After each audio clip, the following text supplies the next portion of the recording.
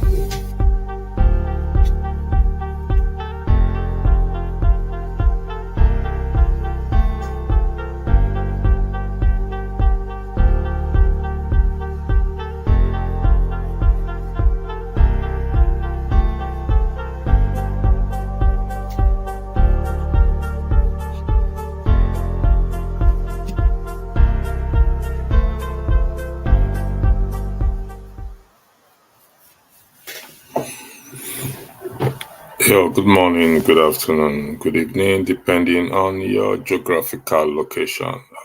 Thank you for joining in this afternoon broadcast. It's a pleasure to have you in here now today. As you can see, the topic is based on the claim made by the Oba of Benin that Tinubu's victory is God ordained. As such, begs the question if God was a party to Tinubu's ordination as the 16th president of what? Of the Federal Republic of what? Of Nigeria. And we will find out what yardstick or basis was used to reach such a determination. If you're joining on the platform, please kindly turn on your camera, then you will be brought into the stage. There's a J at the background there. You need to turn on your camera, then I can bring you in into the platform. And those of you in the comment section, I will be highlighting your comment as well too. Now, he is the 16th president, whether we all want to agree with that or not. But the question before us is, was God party to Tinubu's ordination as the 16th president of the Federal Republic of Nigeria? While you ponder on this question to ask, it must not be treated in isolation. This meaning that about the 1 to 15th president of Nigeria, were they also ordained by God? If you say no to that, then you need to explain why you say no to that. If you say yes to that they were also ordained by God, we need to now find out the determination on how they were ordained by God. And another question is, does God really ordained rulers and authority? The answer to that question is yes. If you see what's on the screen, among others, the duty of civil rulers is not to terrorize men of good deeds, but to punish evil men for sins against society. God has delegated authority to defend the good and punish the evil. This is one of the yardsticks we use to determine if actually God is the one that ordained or appoint that individual. But how does God ordain and appoint rulers over people? So it brings us to the next. All authorities are ordained, appointed, or determined by God. That is, in God's plan, He has determined that human government shall exist to help Him, God, carry on moral government and to enforce moral laws. They are appointed by God, but He is not responsible for their acts. If they get out of line, He will judge them as He will gospel minister. The key word there is these rulers are appointed to what, or determined to enforce what? Moral laws. We base our judgment, we're going to base our argument on this and make that determination if indeed not just him, not just the 16th president, the past president, and the future president will be determined to what? To know if indeed they were ordained by God. So, was the Oba right correct to say, to make such a claim that Bola Ahmed Tinubu his victory was ordained by God? If that be the case, that means Buhari's victory also was ordained by God, because Bola Ahmed Tinubu stated that if not for him, Buhari would not have been president. So, meaning that God also used him to ordain what's his name, Buhari again. And that is how we can reach such decision. But again, you take a look at what is being highlighted. Some facts about human government. They were instituted by God.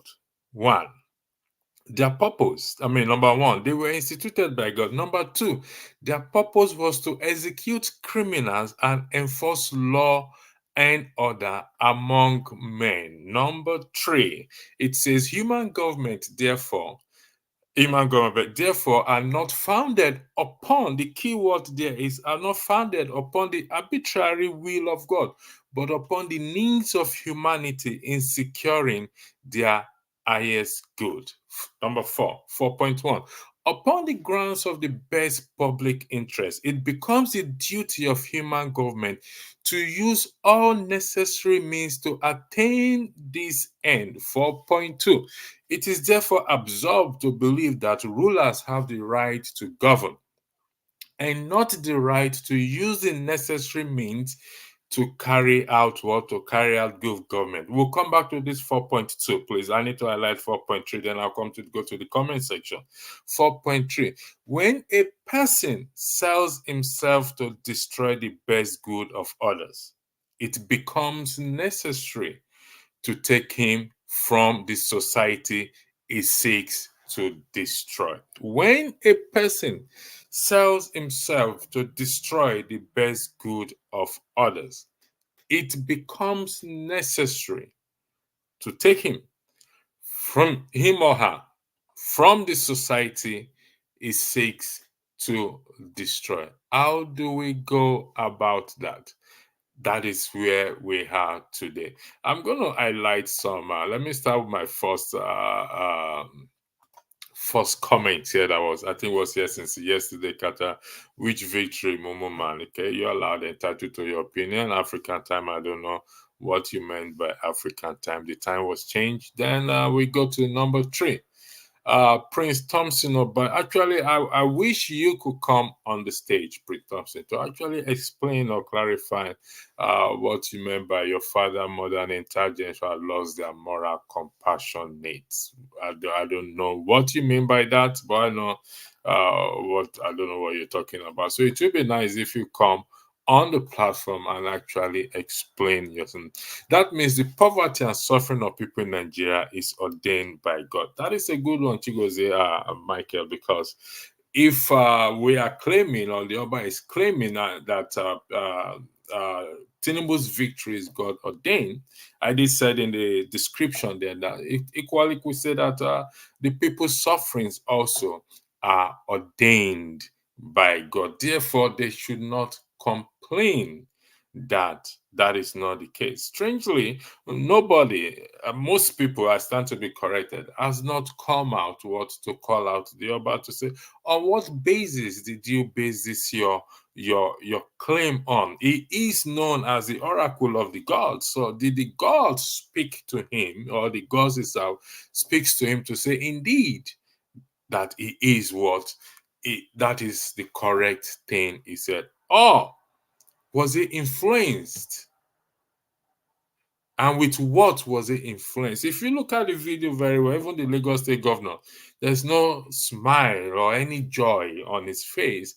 He was just looking like Lucozade as to what is this man saying? That is the question. Thank you very much. We can as well conclude that God ordained Cain to kill Abel, then, since the abnormalities is the order of the day. Thank you for that. That is what we're saying. We need to determine and judge how God ordained these people, because without a shadow of doubt, God ordained by way of appointment. Even the police are also ordained, law enforcement. The army are ordained. The Navy, they are all ordained by their rights. They are ordained by God to carry out a certain duty.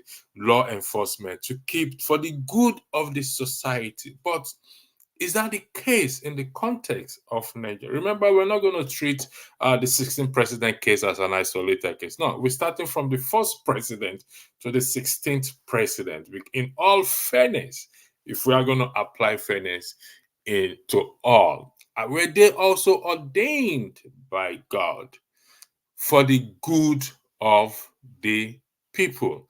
Good morning to you, to our Lighthouse. Thanks for joining in this morning. This afternoon. It depends on your geographical location. It's afternoon where I am. It may be morning or night where you are. But thanks for joining in. And we hope we're going to be able to make a determination. You guys should forget about what Oba said. No, we cannot forget about what the Oba said. This is a problem we often says have in Nigeria. Oh, let's forget about what this person says. Oh, let's forget about what this person says. If that be the case, there's no how we're not going to draw comparison. If you follow the international news very well, George Santos was expelled from the House. The Americans should have said, "Oh, let's forget about what he did. It doesn't matter." He was expelled because he violated ethics rule. Then let's forget about it. It doesn't matter. We cannot forget about it because the Oba is a respected figure in the society. If I say such a thing, nobody cares. Nobody will listen. Not even Rudolph will broadcast it that I said so. But it's a respected society in the society. It's a respected person, individual in the society. It commands a large platform. So therefore, the suggestion that we should forget about what he said doesn't align with fair practice or common sense.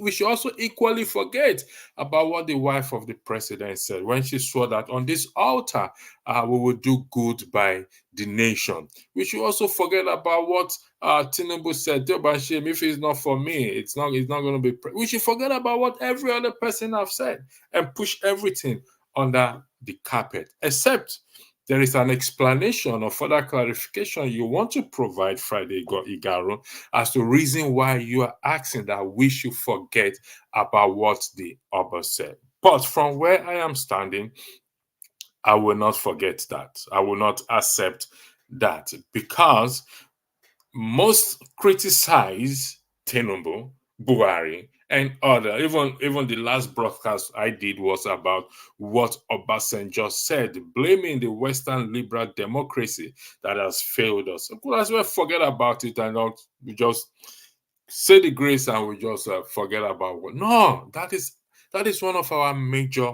problems. Or I won't use the word. That is one of our problem in that country. We forget it. And God, but here I have highlighted that God instituted human government for the purpose of, for the highest good of the people, to enforce law and order. So, but there is a yardstick we have to follow to determine that indeed this person was appointed or determined by God. Yes, we the people elect leaders. Well, if the leaders we elect are not performing up to par, should we then forget about it then? Why do we complain? We shouldn't complain. Chigozemake, clearly in Nigeria, people have different gods or gods they serve. Thank you for that, Friday Garo. You talk too much. Thank you for that. That is my job. You know that's my passion. But I talk sense. So if you don't mind, you can add sense to what you just said. That we should forget about what the Oba said. If I'm correct, yes, you're the one that said let's forget about what the Oba said. That's my job, to talk. That's what I think Rudolph have me here for, to talk, but I talk common sense. When the righteous is enthroned, the people rejoice. That speaks to the state of the country. Where is the rejoicing? Exactly. And when you say the righteous are enthroned, but when the righteous are not participating in politics, how will the people rejoice?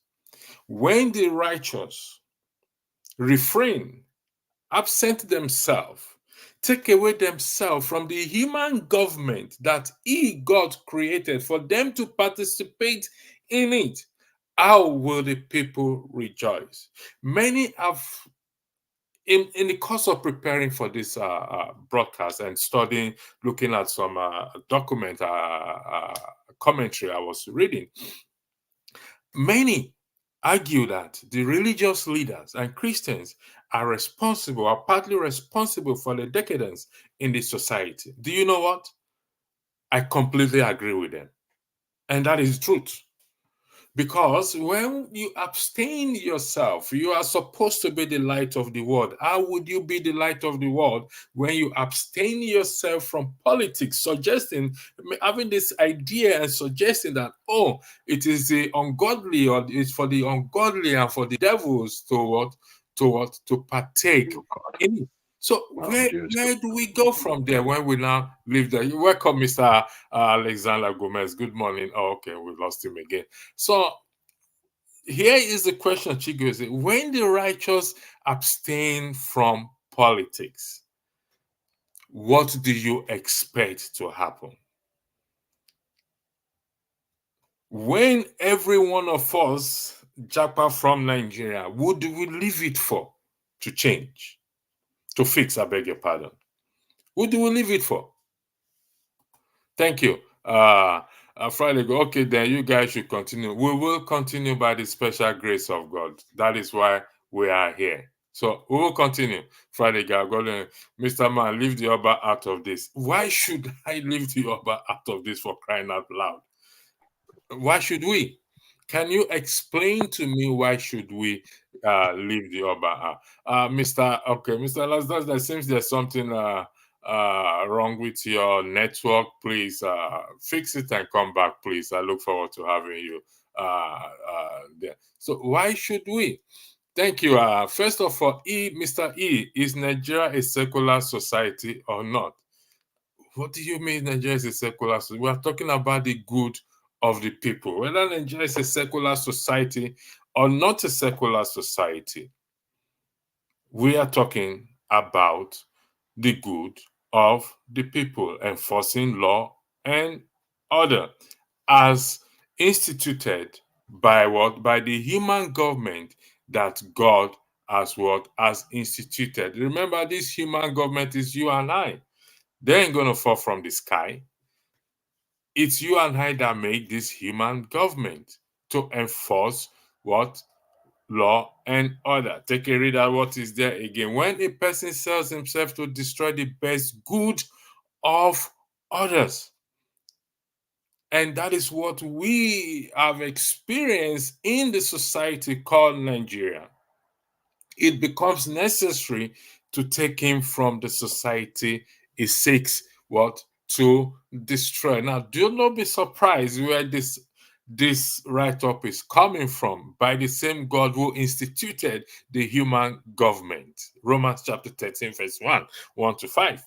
When a person sells himself to destroy the best good of others, he, the creator who instituted human government, said it becomes necessary to take him from the society he seeks to what?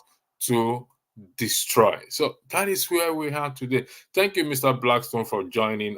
Before I take more comments, I don't know if you want to weigh in on this topic, and I go back to the comment section. So the floor is yours. If you're not ready, do let me know. I continue with the comment. Thank you. Yeah. Good morning. Good morning or good afternoon. Electricity. Okay.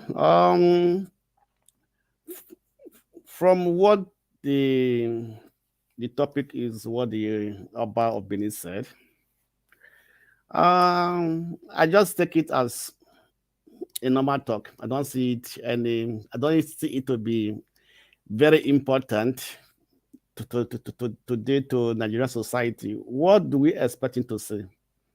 Should we say that Tinubu was thrown or was taken there by other gods or by any other things? So he himself can tell what God he was referring to. So, and I don't think what is said is just to pacify the people, the governor who he went to see, Tinubu. I think just a normal talk which everybody who is in a high position like that will say, because he is not according to Nigerian constitution, the traditional rulers are not supposed to be partisan or to be involved in politics. And then, so from that aspect, I think that is why he said it, that yeah, it is the will of God, or God enthroned him there to be a president, right? And we know that the Oba of Benin is a diplomat, and there's a diplomatic somebody, and he knows how to use words, and also how to to use what in the right at the right in the right situation where he is. For example, when Peter Obi went to visit him during his campaign, we know how he spoke to Peter Obi, that he had been hearing about obedient everywhere, obedient. He wanted to know who is this person that is gingering, or this person behind obedient group. And when he saw Peter Obi, when Obi went to visit him, we know how he spoke with Peter Obi. He didn't just go forward to say, yes, I support you and things like that, but he used some political, he brings some diplomatic aspect into it, just to color it in a way that it will not be a straightforward saying that I support you and so on and so forth, right? So he's a diplomatic person. So when he was there to say this is like what everybody in that position will say. Every king, every king in Nigeria, every ruler in Nigeria will say that it is God who imposed, or it is God will for Tinubu to come to power. And okay, if I was to put it, Mr. Blackstone, let me interject you there. I'll come to you. So you're saying, if I'm correct, that we should disregard what the Oba said. Is that what you're saying?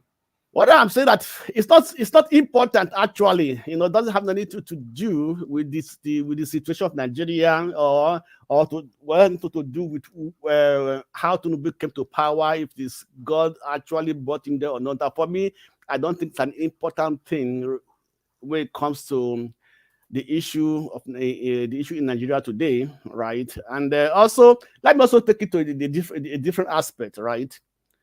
In the Bible, in fact, let me go to the Bible. In the Bible, we know that anytime that the Jewish people offend God, God allowed them to be taken over, to go for their enemies, for the other countries, to take over them, enslave them, put them through difficult times and everything, until they come back and realize that they have offended God, start pleading and everything. God then come again to rescue them, to fight for them and things like that. One thing I say, that sometimes hardship is a re-engineering of people's thought, way of thinking. You understand me? It's a factor. It's an element of re-engineering.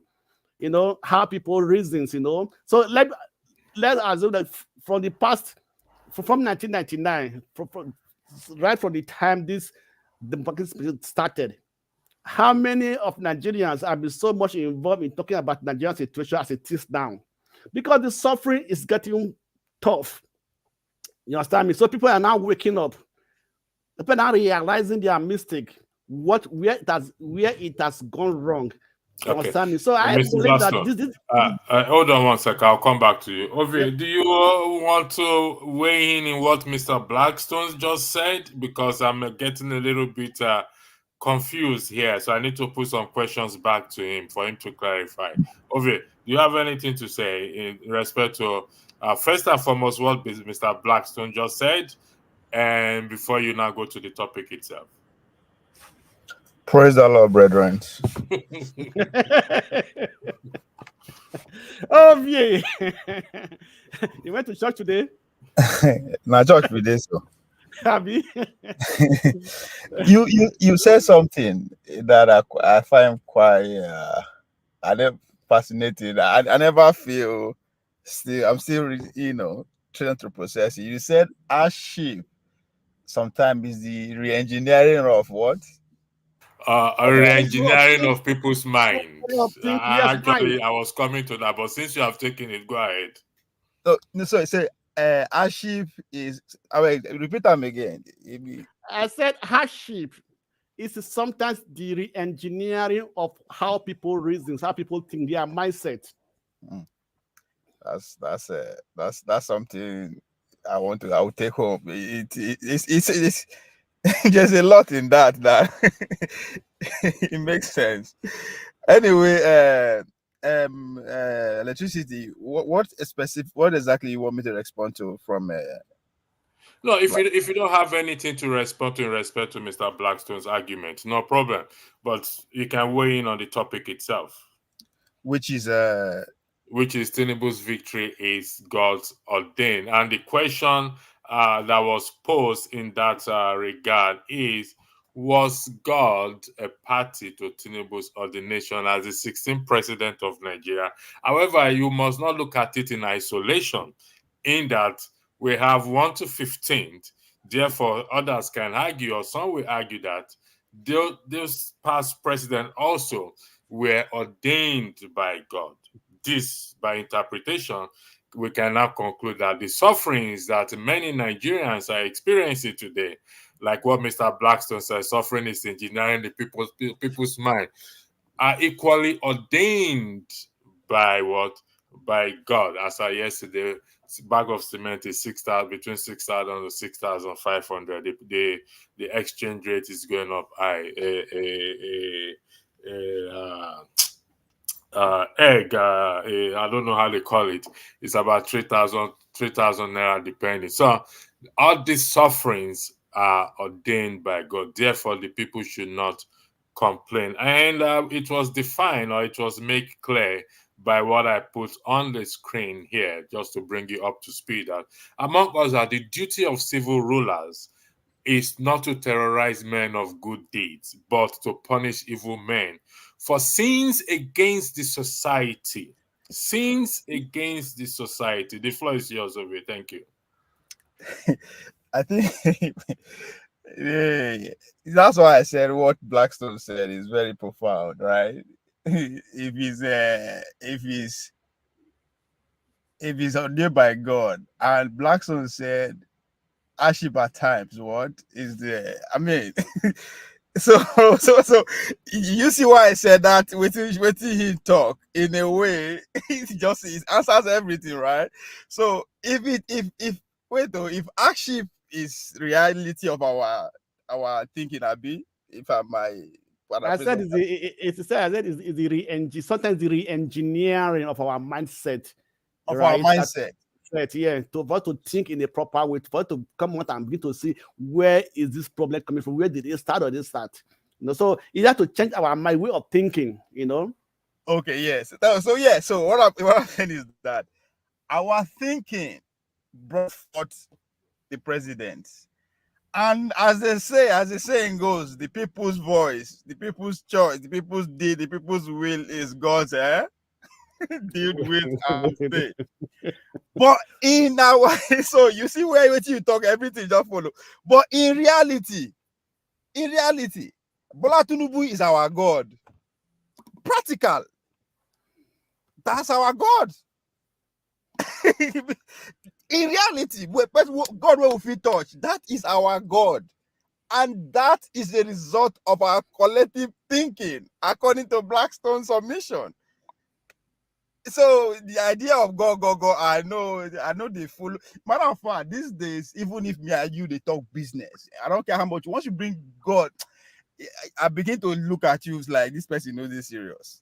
Like let's deal with reality. Talk of God. God not just our own construct, right? Reality. Tinubu is God. So if it is the people wish that is Tinubu, that means it's God's wish. It's God, not God bring her now. So I read that. That's how I read to what the Oba is saying, that in terms of the Bola Tinubu president is people's will. Yes, now we be God now. Our collectiveness is no people will be God. But some people argue that the election was stolen. Their mandate was stolen, including the Labour Party presidential, former Labour Party presidential candidate who even went to visit the Oba. So, if it was stolen, how do you now align it with the claim? I will come to the Oba's visit, but if we say it was stolen, it was rigged, then collectively we all agreed again to submit that. Who did the stealing? Who did the stealing? Isn't the people? Wait now, let's agree. Say stealing everything they like, but collectively, right? We all come together again and agree. and submit it to what? To a superior God, which is the Constitution. Again, the Constitution is still our own thinking and bearing and doing that being the Constitution. So at the end of the day, one way or the other, we give our power, say, now you be our God. So at the end of the whole process, whether we like it or not, we don't agree. We submit to the higher power. Higher power is the Constitution, and the organ of the Constitution is Tinubu, which is God. So why am I putting it this way, right? We need to start thinking reality, practical. For all these ideas, God, I am hungry. Oh, go give me food. Sit down for our food will come. We need to start to face our reality, right? That's our reality. Bola Tinubu right now is the authority, is God, whether we like it or not. We don't just like the normal God where everybody carry for it. Not be everybody like her now. Not be everybody they follow him, right? So that's our reality. So all we need, as in anything that we can touch physically, that is our reality.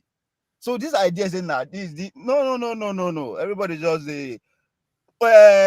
coming to Oba. Oba was in Lagos for his own personal reason. You cannot tell me, say, Oba just wake up one day, say, you know what? May I go tell the world now we get Lagos. It's impossible. That is a very educated human being. It's not possible. So he went there for a reason. And as far as I'm concerned, I'm still saying it at heart or during the election, Oba of Benin was obedient. He was obedient. He was not bad. So now bad don't win. Okay, let me interject you there. What are you suggesting? That it was induced to say that, or it was under duress, or it was under pressure, or what are you suggesting? Please, could you clarify that for the purpose of the audience? That's where I'm going. When I say he was obedient during the election, Tinubu don't win. Appointments don't they go around. Because that's one thing we need to understand. That's why I thought, say, forget who be the person, president, Tinubu, Obi, whatever. No, it is the cabal. It is the vehicle that is bringing him that matters, right? So if I'm right that he's obedient, that means he's not on that vehicle. Now, when appointments, ministerial appointments, all those things come from those people who are in that vehicle. This is my own. I'm putting out there. I'm putting what I believe out there so that I can be criticized or be disagreed with. But this is my reading to that. So he's out. If you remember, he was the first person, I think, among all the first class kings that visit Asu Rock. If you remember, in fact, Tinubu said, keep the man wait for a minute before he come outside, come greet him, blah blah blah blah blah, all those kind of a thing. Why? Then two. I think whatever he went there to do, Asu Rock, see catch fire well. He has to come home, go galvanize the royal father who he can relate with, the first son of the which is the governor of Lagos. That's what went on behind the scene, right? Now, when they come out to make press conference, that is where he said that to keep us talking. Instead of, imagine if he did not say that, what we will be discussing about is that what did that man go do for Lagos? What did he take him there? Right? But in order for them to distract us from actually being inquisitive and actually get to why all this, how they move around, they have to be something ridiculous for us to, okay, now I don't get Lagos. So what? Right? And now God now ordained Tinubu. Okay, so what? He's already the president. Where are you? They tell us. If I say it's not my president, you're saying it will not convince me. If I say it's my president, you're saying it will not convince me. So this man, we should start looking at them. They are very intelligent. Let's face it. They are not stupid. They are well educated. They are adult. They serve. That man work for his life. So it's not be saying no. They don't just wake up. They don't just wake up say, man, they go Lagos. Go tell them say now we get Lagos. No. That's I don't buy that. It's not a comedian. It's not an actor. No, that's a serious move for him to leave Benin. For a king to leave Benin Cup is serious, and it's not say now we get Lagos for what? So now distraction. So there's things going on between themselves. When you say distraction, I'm gonna highlight a comment for both of you to weigh in on. First of all, when you say distraction from what, please, if you don't mind? From us not to go into what is really happening. Such as? So that what I just said, it's an obedient. Now he's trying to say, imagine, you know, say this game now winner take it all. Yes. Once you are out of the system, you are out of 4 or 8 years now, long thing, you know, especially somebody who got the system where money just they come. Donald Trump is out of the system. He's trying to come back into the system by so that to tell you there's something there that will make them want to die to you. So it's a serious thing. As I said, it is serious. So, or if it's not that, but I can bet my life. Oba did not wake up say, I want to go and tell the worst in I will get Lagos. That's not no. He said it himself. He doesn't like to travel. He doesn't like traveling by road. In order for us to start investigating, start being curious, start asking and all that, and maybe we'll begin finding out things that we are not supposed to find out, right? Because the more you know, the more you act. Right? Yeah, that's why Nnamdi Kanu, Sowore, people who conscientize the public are very dangerous. Yeah, that's true. So the system, the power that be, they will do everything to distract us. Something ridiculous like this. Just tell me, in today Nigeria, how do say okay now Oba and Lagos help us in any way? Any way, shape, or form, any way, how? Now you know from nowhere. He not speak to anything in today Nigeria. Nothing. We don't people know the fact with the Yoruba people because nothing. But from nowhere, it become national discussion. That's something we should not even pay attention to it. We have more problem. We don't get lights. He should come and tell us why we don't get light. But Ovie, if you say like you just mentioned that we don't have light, let's do it this way. Yes, let's say he said it for a distraction or for whatever reasons, but for the fact that the people are suffering, our people are suffering. And you are bringing God into context, based into the situation, based on then we cannot dismiss. Like you said, it was an obedience, which I know as well too. And suddenly, that's what I'm asking: was it induced, or was it coerced, or under duress, or influence to say this, regardless of whether it's a distraction or not? Okay. Okay, hold on. Let's give Blackstone the floor. I'll come back to you. Blackstone, go ahead, please. Let's understand that the Oba of Benin, right, is normally, before becoming the Oba, he has been involved because he was two-time ambassador to two countries. He understands the games. He understands how they play this game. You understand me? So for him, because I was surprised that the Oba of Benin left his throne, went to see the governor of Lagos State. When I saw that it was in Lagos, I was surprised myself. Because the Oba of Benin hardly travels to visit people, even if you look at his father or the previous Obas. So there's a political narrative to this. And what I can also, from my own belief, when I can tell you that, like Obi said, he went to see Tinubu at Aso Rock. I guess that he's trying to lobby, at least for Tinubu to appoint somebody from the Edo State to a position, which I don't know if there's anybody that from Edo State or from the Benin already has been appointed into any position. That could be the reason why he has to do those things. He has to leave. He went to visit Tinubu. All the Obas went to visit him. Election, he went to see election they come for Edo State too. That could be one of the reasons. Of course, that was also for a complete part of the reason too. You understand me? Right? So there are many things that we, like we said, we do not know many, because what are we now talking about? Just two things. Edo people from Lagos. The God ordained Tinubu to be president, but that was not the reason he went to Lagos to go and see the governor. If I can understand very well that what everything is for their selfish, personal, group, selfish purpose, and not for the good of the general populace. Therefore, we I will not can say that safely because conclude with that this, God is not the one that ordained these people, because God ordination of leaders or rulers is for the highest good of the people. Now, I'm going If to I can come, highlight if I a can come comment. in here, if I can come Hold on, in hold here. on. no. Okay, Electricity. go ahead.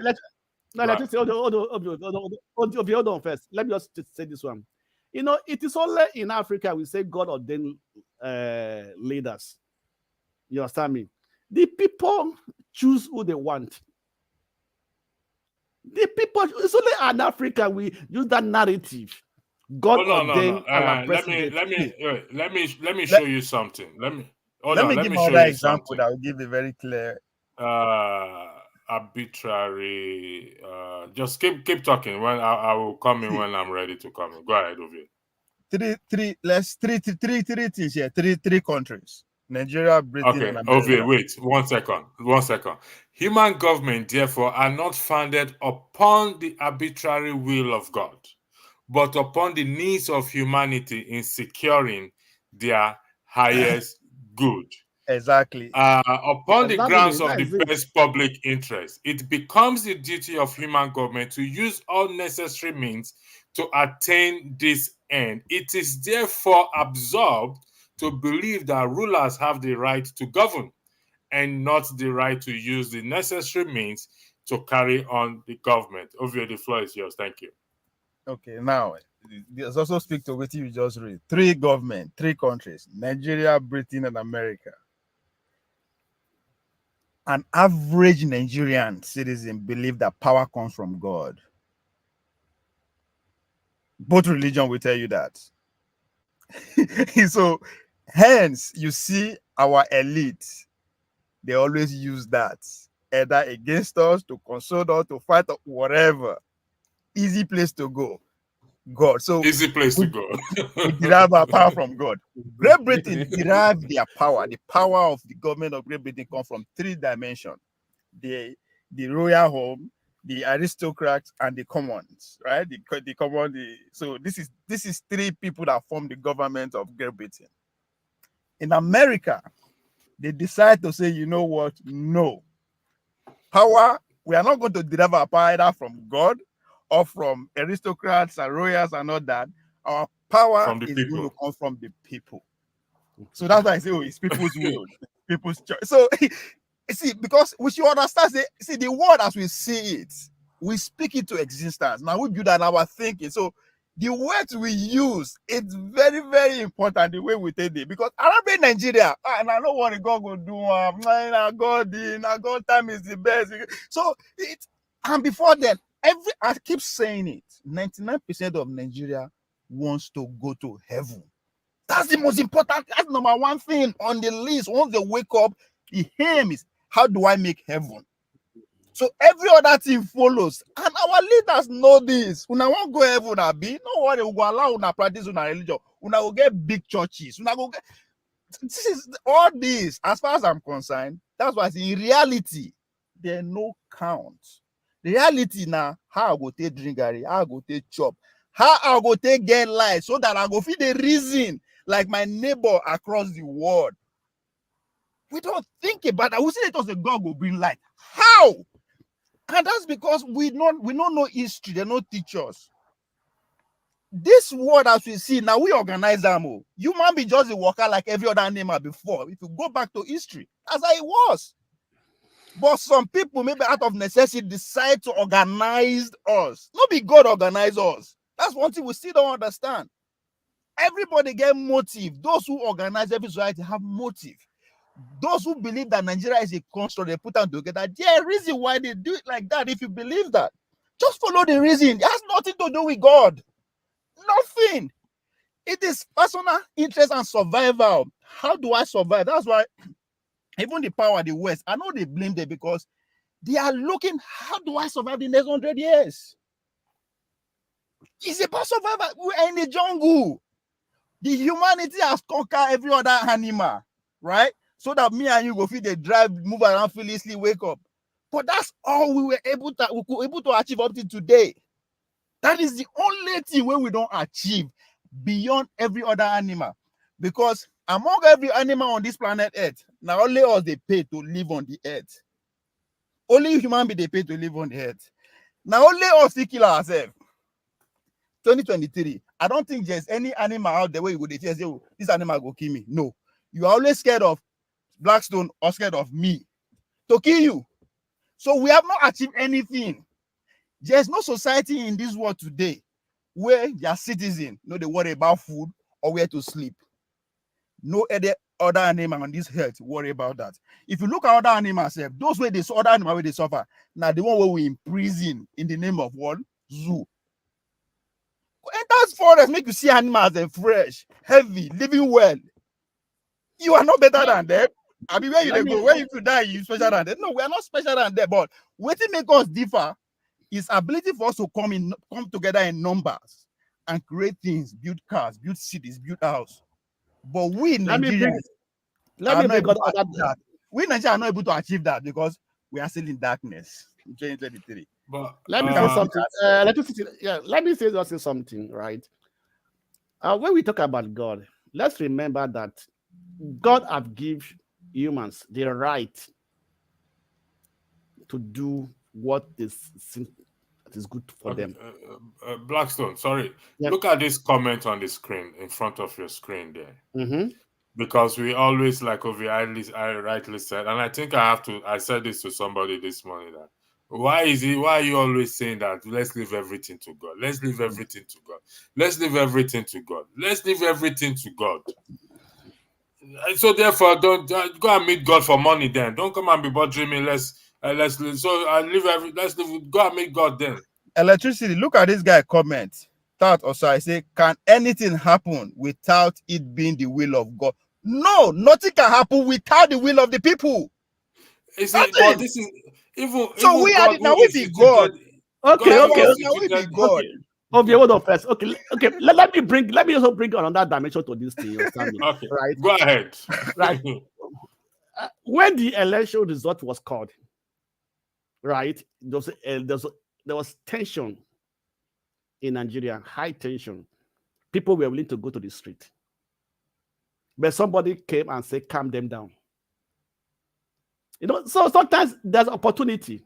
When the opportunity comes and you miss it, you understand me? I use an illustration that if you are driving, maybe in Europe or in America, if you are driving on the highway, you miss your exit. It's going to take you around 100 kilometers to come back to where you are going to. So you say something now that I like. You say something now. You say somebody came and calmed them down. Yes. You did not say God. You did not say God came and calmed them down. So nothing will go happen, good or bad. Now whether good or bad.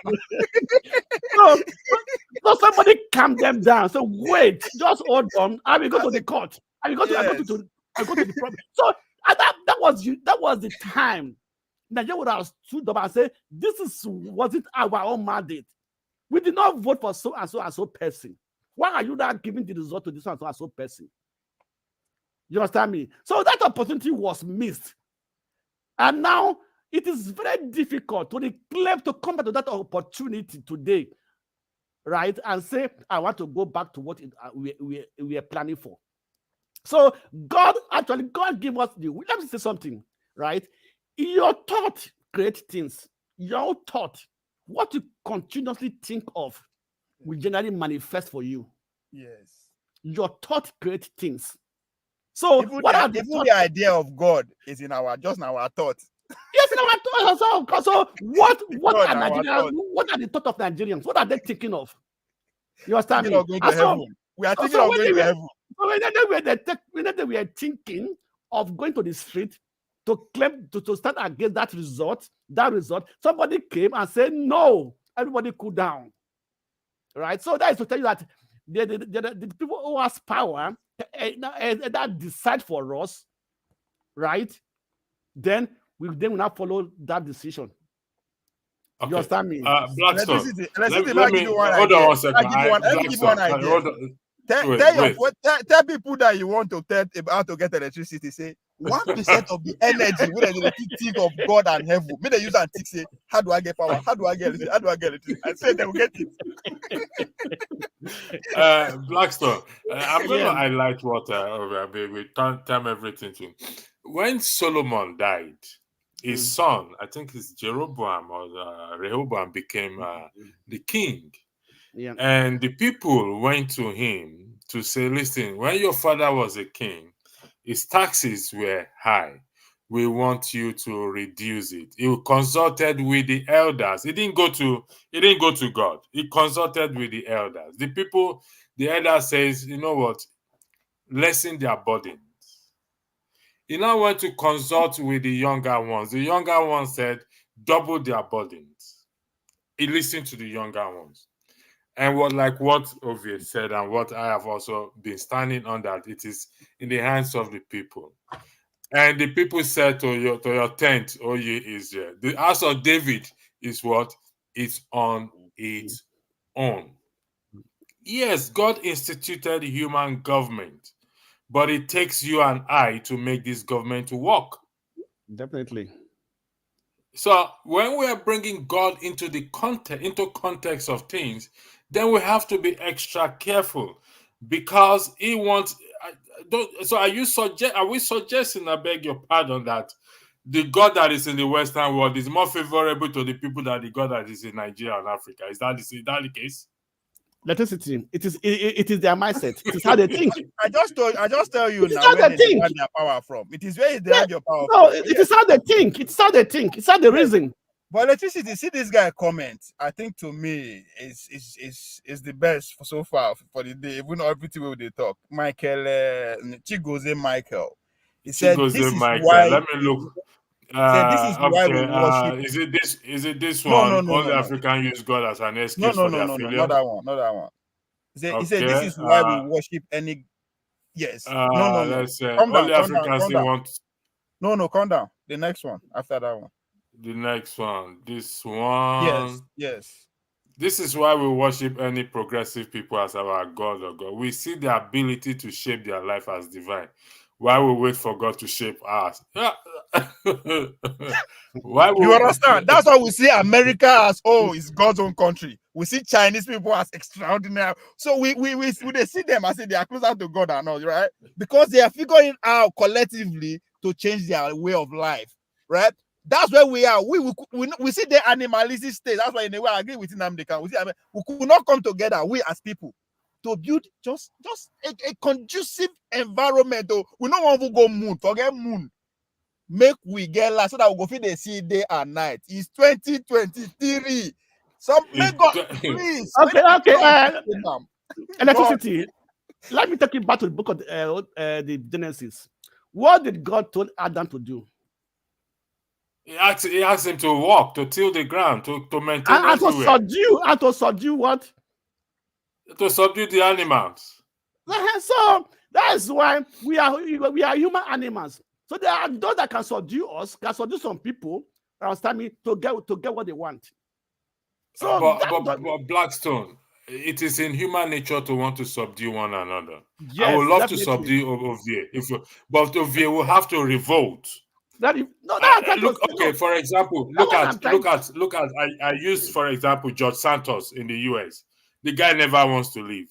Some people were supporting him, but at the end of the day, they did not say God will come down. The people will prevail at the end of the day. The people will, not God's will. They all say the same thing. Exactly. We all say the same thing. I just give an example that when there was opportunity for us to stand up against these monsters, somebody say, calm down.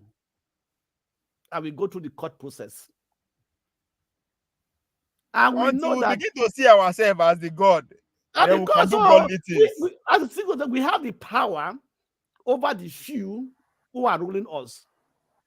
You understand me? Because I just say one thing, right? Look at Kanu. They know who they voted for. When the court notified the governor election, the victor of the governor, the people went to the street. The women went to the street because they know who they voted for. So if you know, was Tinubu victory? Was anybody in Nigeria that celebrated Tinubu victory? Nobody celebrated because most people know that they didn't vote for him. There was no celebration. There was nothing. It was the, in fact, let me say, it was the only presidential election that was never celebrated in Nigeria.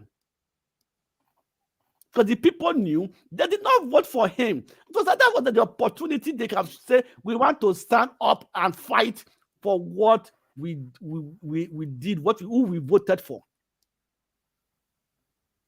So also I see that it's not God, the people. God has appointed the people to take charge of their life. Imagine a country that pay more serious attention to religious studies than to history. What do you expect? We are godly. We are very godly people. So it's not a country godly. Here is my question. If that is the case, why are many Nigerians wants to jackparing away from Nigeria to it's because of what welcome Mr. Consign, it's because let of me what give Mr. Consign the floor. Mr. Consign, can you weigh in on what we are discussing, please?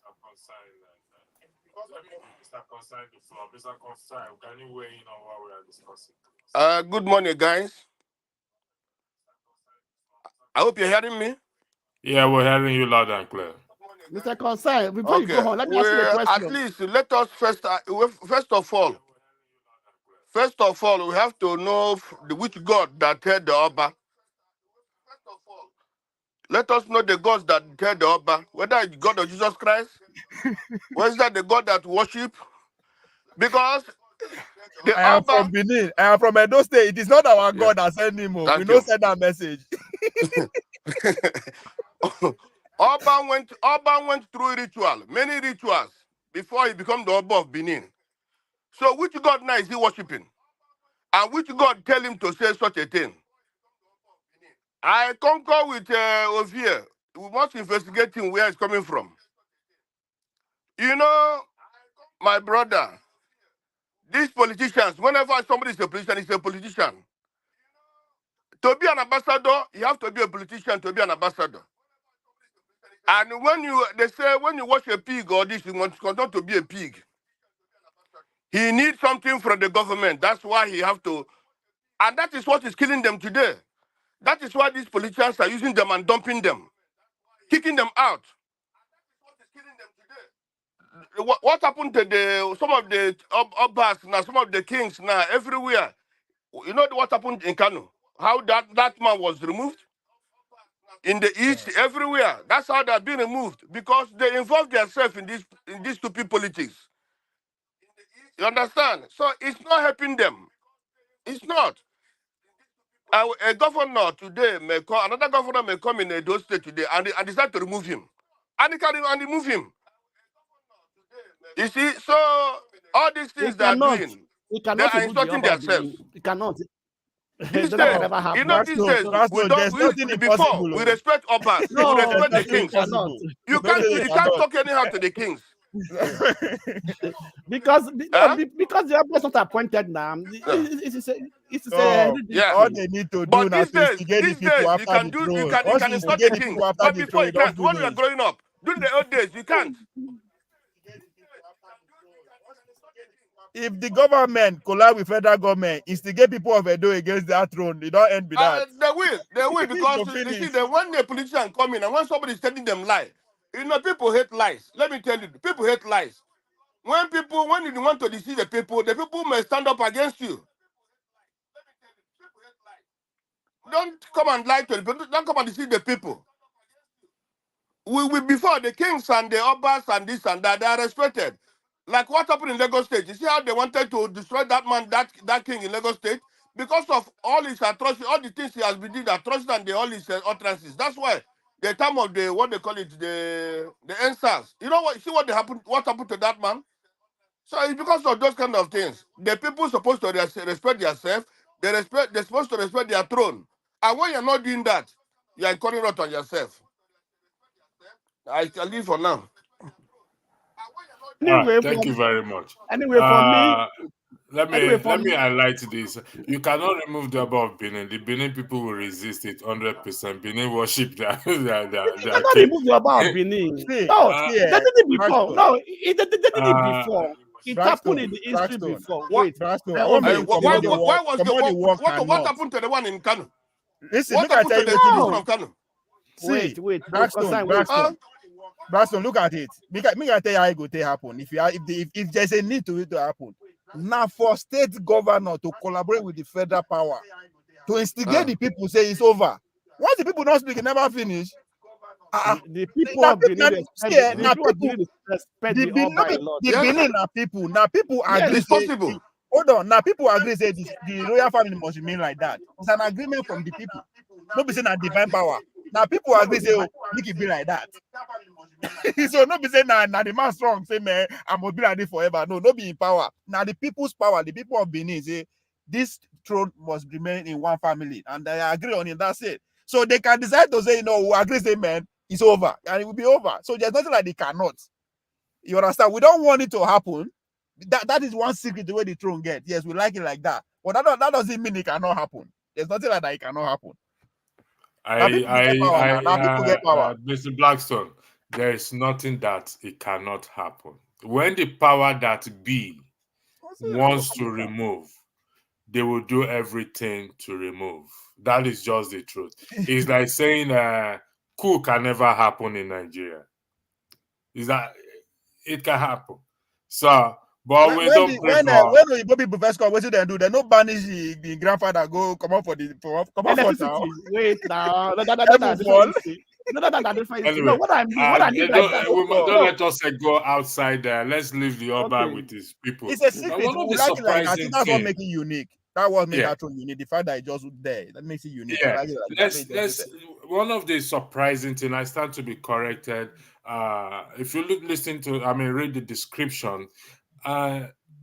Like we always said, the content creators. Let me highlight one. Those who claim the people like Naija Watch, the Edos and everything, Benins or whatever it is.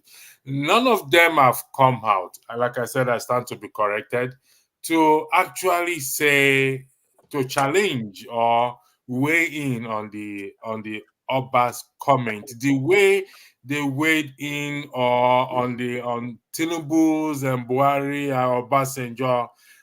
I don't know if any of you have heard so far. I have not heard because on the description I said every one of them should go. May they enter house, may they close the door behind them. After that, Oba's comment, I yield the floor to So you guys. when you say reaction from elites from those regions or Yes, from those regions and even content creators who are so quick to yes, jump on. Yeah, so go ahead. because as we said, the reason behind it is known to the people who are bankrolling those content creators. As I said, it's not distraction. It's not important. It's not saying anything important for them. Those people, most of them don't get their own share. Now only in the worker now. You don't be only in the worker. He hasn't gone, and again, he hasn't gone. If to say a general problem, if I don't go whether Emir of Kano place, if I don't go one other places, but not from Asu Rock to the man village, which is Lagos. So now only he get that problem. So and I don't think he has get influence like that in terms of influencing social media. Nobody actually they root for her. How many content creators out there they actually carry matter for head, right? Nobody. So that's what I see here. His problem, whatever that he's chasing or where they chase him, it's like it's only now only he affect like that. He never spread. Another thing I also believe that for so many people, they don't think to be important. And also, the Benin people also respect the words of their Oba. That's another thing too. You understand me? Because they... Mr. Blackstone, look at what is on your screen. This is what I'm trying to say. Now, you see what is on your screen. This is what I'm trying to say. No, that's what I'm trying to say. No, wait, that's what I'm trying to say. I said most Benin people respect the words of the Oba. They don't mostly argue it. You understand me? They don't argue with it. When the Oba speaks, it's like the God has spoken. You understand me? So they don't argue it, right? So that is, I think that's one of the reasons most people doesn't even start. But so many people, it doesn't feel, they don't think it's very important, right? But when it comes to the issue of this monarchy and everything, I always say that Nigeria has four systems of government. You understand me? We have the executive, we have the legislature, we have the judicial, and we have the traditional councils. You understand me? That's what it is in Nigeria, which I've never seen any part of the world. You understand me? Every tribe have their own king, and the government are paying them.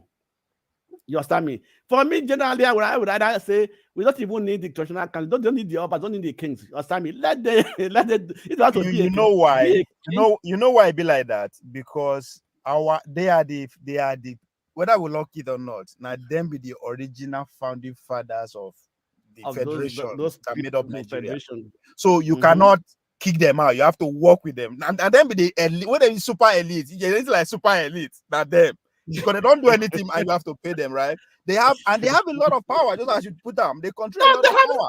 They have a lot of power, and that's why when they focus on the political elite, the politician, no, the politicians are powerless without all this block. The royal fathers, the intelligentsias, the business community, the military community. These are the people that form the elite. These are the people that is responsible for our progress or our downfall.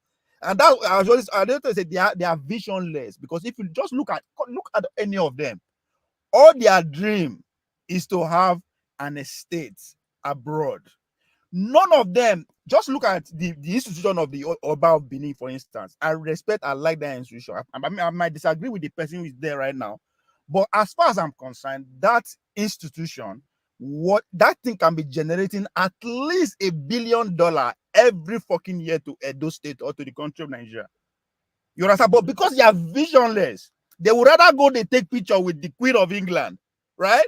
Make them, you understand? So instead of make Queen of England, people will come your house, come steal.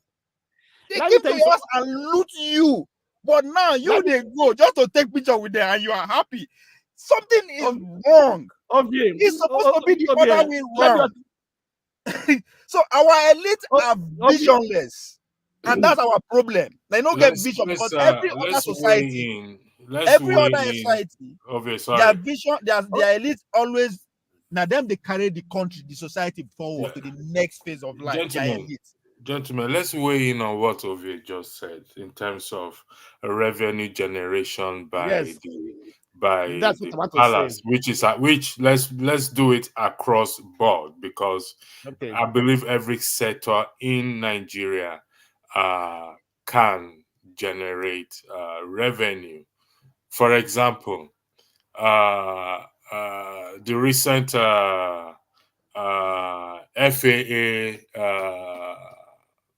order for Nigerians not to use Ghana must go back to, I don't know if you've heard it, they've banned Ghana must go back from people traveling, using it to travel. Yeah, but sorry, I think they come out and say that lies, say they don't do anything. I'm talking about the immigration officials, that be all those airport people. But I don't. Come again. I think they came out to say that people are just spreading rumor that they did not ban Ghana must go. That did not back down. Okay, that's what they say. That's what they say. Okay. Yeah. We're looking at revenue generation. Okay. Yeah. Okay. These palaces and every other place, like you said, they are.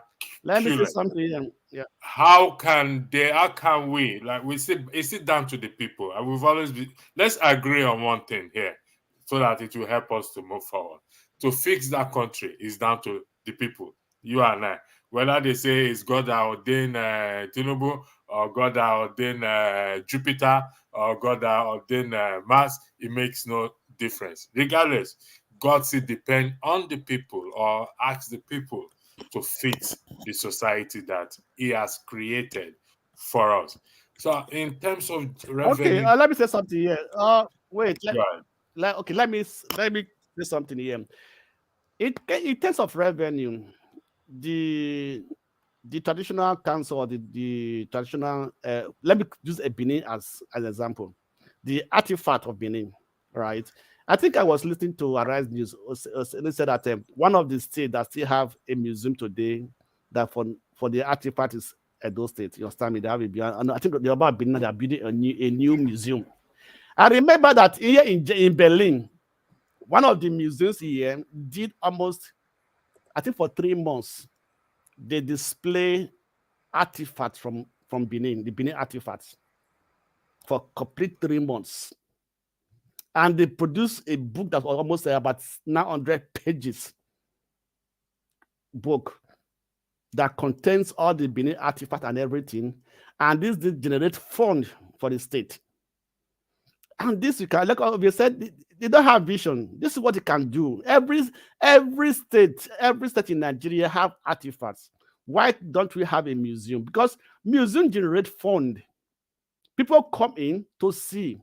You understand me?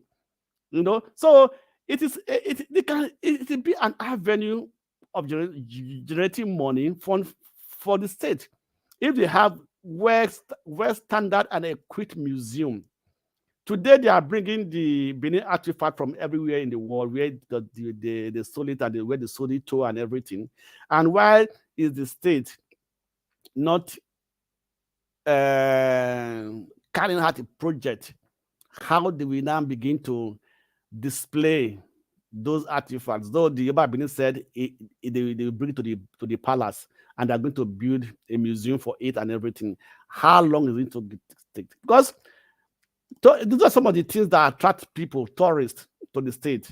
Want to see the history, want to see the history of the state, and those artifacts tell about the handwork, the history of the tradition of the people of that state. You know, so if we are able to harness these things and put it into a money generating venture, definitely it will generate billions of naira every year for the state. But they're not looking into all this. For example, the moat, the Edo Benin moat. Today's no more there. Nobody knows where the moat is today. And that's a big something that sometimes we are generating money for the tourists. People come and see. People now telling them the history, how it came about, what happened, so on and so forth. Because we have lost many things because we do not value these things. We do not keep these things because we don't have that attitude of preserving our culture, our cultural heritage, our cultural artifacts. You understand me? You know, for example, here in Germany now, there are some buildings that's about almost 200 years old.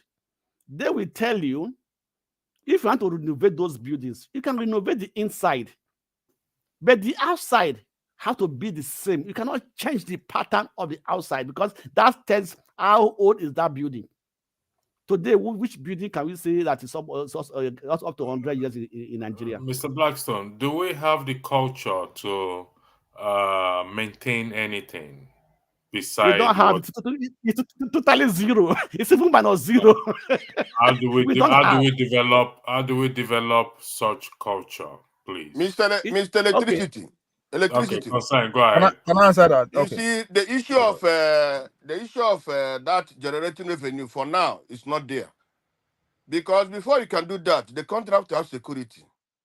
There's no security in the country. No white man or no tourist, good tourists, we can come from anywhere to visit Nigeria for now.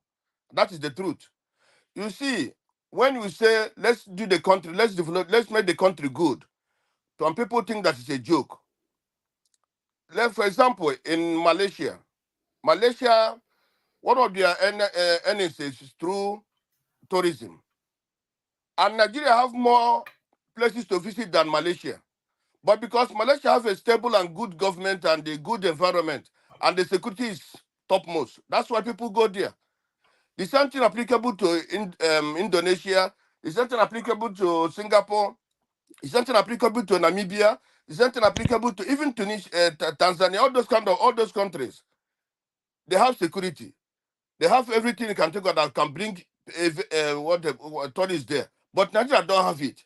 So anyhow we develop the country, anyhow we develop anywhere in Nigeria, since there's no security, since that the people are very poor, the people are hungry, the people can also the citizens itself can do those things, can go and go visit all those, some of those cultural areas. But the problem is this: the people are also poor these days. They can't. So the people you look for is international people, international the foreign tourists. But then the situation is not good for them. The environment is not good for them to come for now to visit Nigeria. So anyhow, the government invested money or what, it's gonna be nonsense. That's the truth.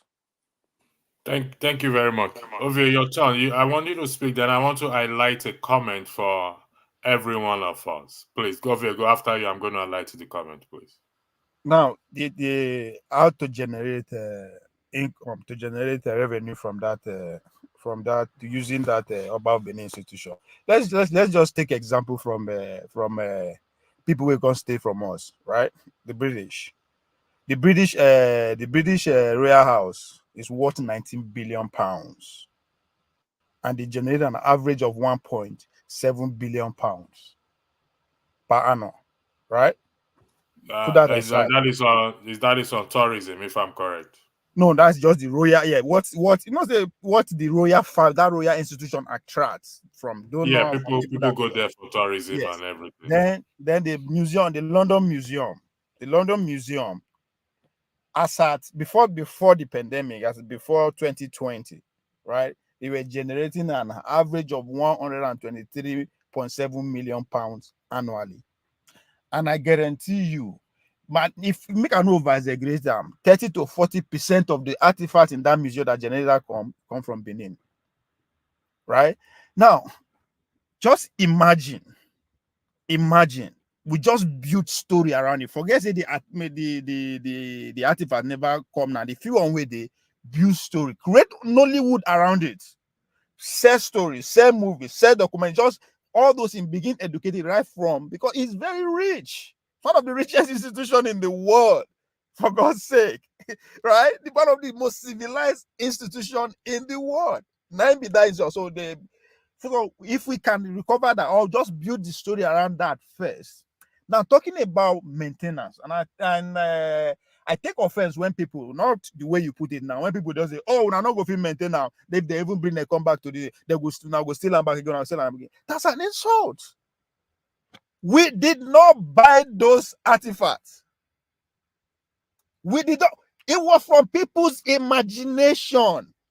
So people will sit down, put in hours, days, weeks, years, decades, create something. They don't know how they will maintain them. If they don't maintain them, the people go see and thief.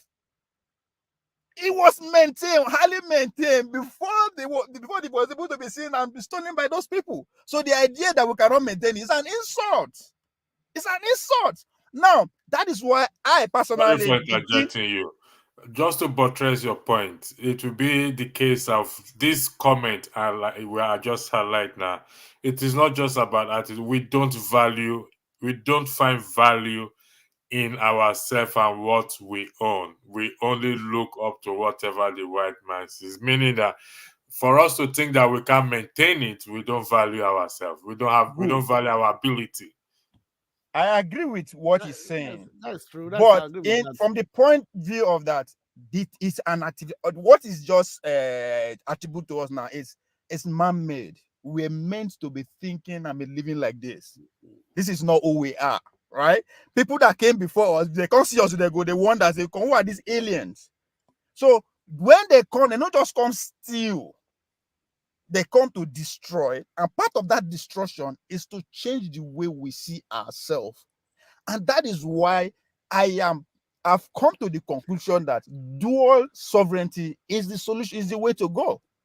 What do I mean by dual sovereignty? Give every state a level of autonomy, and see if Edo people package themselves, begin to see their dignity. The Akwa Ibom people go say, man, oh, I still want to be like Oyibo man. Boy, the man from Borno go sit and say, he won't be like Saudi Arabia man. For God's sake, the guy in Saudi Arabia want to be like Dubai, want to be like Miami, want to be like Vegas. So the Arabs say, they say they are backward. No, they have. In fact, the whole world now, they use Dubai as a prototype. The next phase is what is happening in Saudi Arabia. The $1 billion new city they are building. So We need competition within ourselves to bring our uniqueness. That is the only way we can destroy what they have molded us to be. And again, that's why I question the IQ of the elite. At the same time, I feel absorbed there for some countries because they don't have experience of actually managing a huge society. That's never happened before in our history. That even the Americans that came together, it was now that dual sovereignty that is keep them going. Texas get their own rules and laws. New York get their own rules and laws, right? Then the federal government has their own, because they have never managed huge society. And now that they are trying to achieve that, you see the problem where then they get. The envy of every Western leader is Xi Jinping of China. How do you manage 1.3 billion people so successfully? And that is coming out of experience. You have to go back to the China dynasty of 15th and 16th centuries. They've been here before.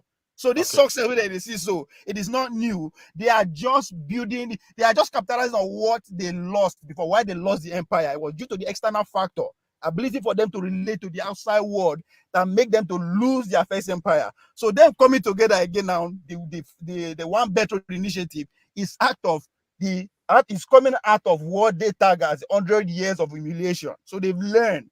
We have never managed ourselves in this large scale. We've been managing ourselves from one enclave to one tribe. That's how we are. That's why we're best. That's why when people are advocating for regional governance, it is because they've seen it before. We've been there, right? Now, even when the Biafrans we want to go, they know, they look back to their history. Man, we can do, if we continue as one people in our own enclave, would have been better than this. So that is what is causing all this confusion. Let's go by the dual sovereignty that which I agree with, but the implementations or the achieving it at Blackstone, the dual sovereignty that Ovie just highlighted, because it's one thing for us to talk, like we always say, it's another thing also for us to go by the solution, and the solution that has been profiled several times is education, going down to the grassroots. From my own position where I stand, achieving these, you know me, you know what I'm going to say next, is when we start to hold our legislators accountable in that regard. And I hold them by their, permit me to use the word, by their blockers that listen, we have to do this thing. This thing has to be done. Down again to the people. How do we achieve this? I'll start with Blackstone. Okay. What Obi just said is, I agree to that, right? Let's remember that even before Nigeria become one country, there were several tribes or several communities, right? Like, for example, what they call today the Benin Kingdom. The Benin Kingdom have their own way of ruling themselves. They have the Obas, they have the chief and everything, who were like legislating over issues. They learned a lot from that. They was able to do it successfully. You understand me? They have their own army. They have their own army. They have everything that today is what they call the issue of democracy. The like the three organs and so on and so forth. You know, they also have their own way of judging people who commit crime and everything at that time. You know, so this has been there, but because of Nigeria now become a country, all those things have been thrown away. Those knowledge have been thrown away, right? If we want to achieve that dual system we're talking about, we have to go back to the root and learn and take what was working at that time and try to modernize it and see how it will work. If, for example, now some of the power that is in the federal hands are now giving back to the states, right? So they can come out and say, okay, these are the federal powers, these are the state powers. You understand me? These are like in the US, every state knows their boundary. The federal government knows their boundary. if you are able to bring out a clear demarcation between the federal and the state can make laws for themselves, I believe that when that is happening, the people can rise up and say, this is our law, you cannot break it. Some states will perform better than some states. Some states will fight for what is right for them. You understand me? Because they know their law. So they're not going to be crying to the federal government and say, give us this. They'll be crying to the state and say, this is what we want. This is your campaign for us. This is our ability. Now give it to us. Now, for example, now every state now go to Abuja to go and ask for fund. Is there no way of generating fund within your own state? But they will come and tell you, oh, that area it is in our purview. It is the federal, because these are the federal law. Let me ask the question. Sorry, Mr. Blackstone, for interjecting. You just said something that prompted me to want to ask this question. In the absence of this dual sovereignty, like I'm buttressing what Blackstone is saying, but I want to put it in a question, a form of a question.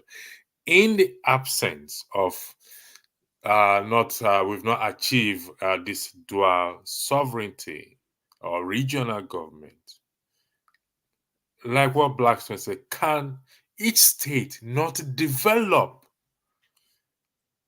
its region or the state with the resources they have? Is it the case that the federal government is forbidding them to develop their region? For example, the electricity bill that was signed before the departure of the last administration. Is it the case that the federal government, I want to be educated, is there a law or so anywhere that says that states cannot develop their region? Please help me to understand this. We'll go to Blackstone first, then we'll come down to you over there. Thanks for joining us, John Abba. Thank you. Okay. In your questions, I don't think there's anything that will stop a state governor from not developing its own state, right? I'll give you an example. When Wike was the governor of Rivers State, when it comes to the issue of VAT, it took the federal government to court because he wanted to be collecting the VAT that is collected that is being paid within Rivers State. And he won that case. You know, what is killing most of the state governors is because their alliance or because of the, let me say, party alliance, you understand me? They say, oh, I don't want to have problem with my party as well as because they are hiding after they leave office. They are hiding that their party will still support them.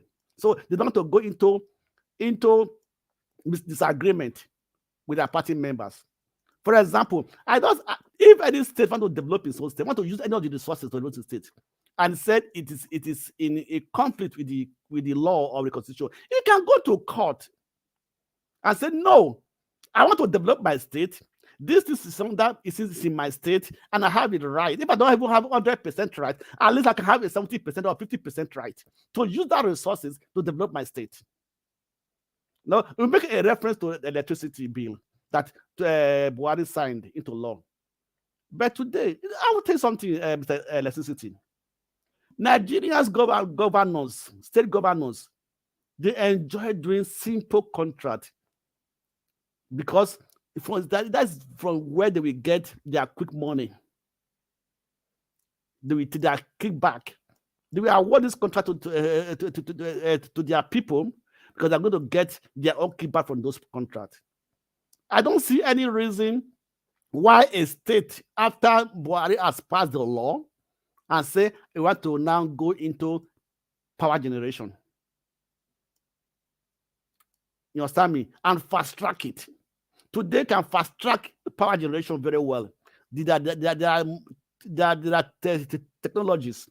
If you're not even buying new equipment, there are some power plants that have been decommissioned that were used for test projects in the part of the world. You can go, because after they are done with those projects, they couple this machine, this power machines and everything, for them to be sold out to other people want to buy other countries. You can go and buy these things. They will come and install them for you. What will take you 2-3 years? It will take you 6 months. And you will have a power. Okay. And from there, can expand on it gradually.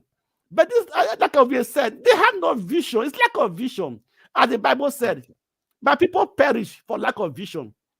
That is what is happening to the governors in our countries today, in every state in Nigeria. Blackstone.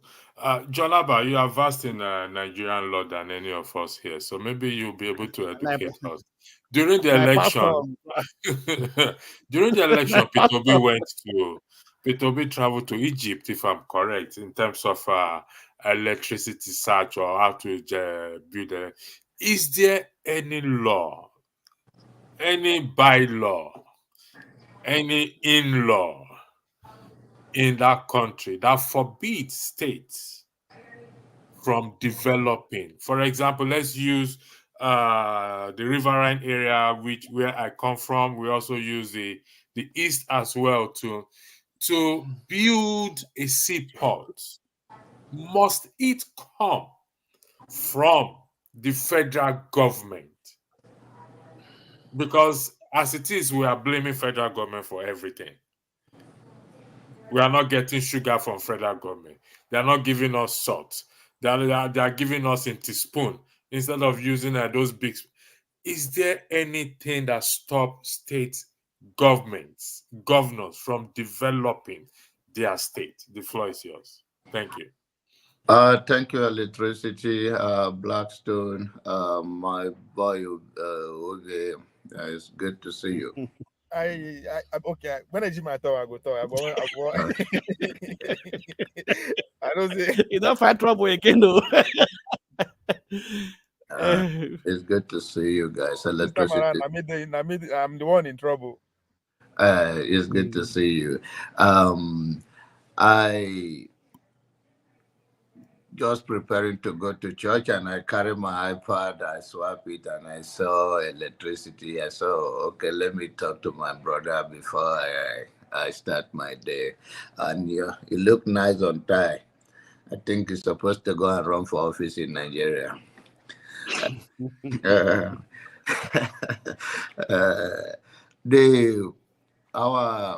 Based on my own observation, there is no law.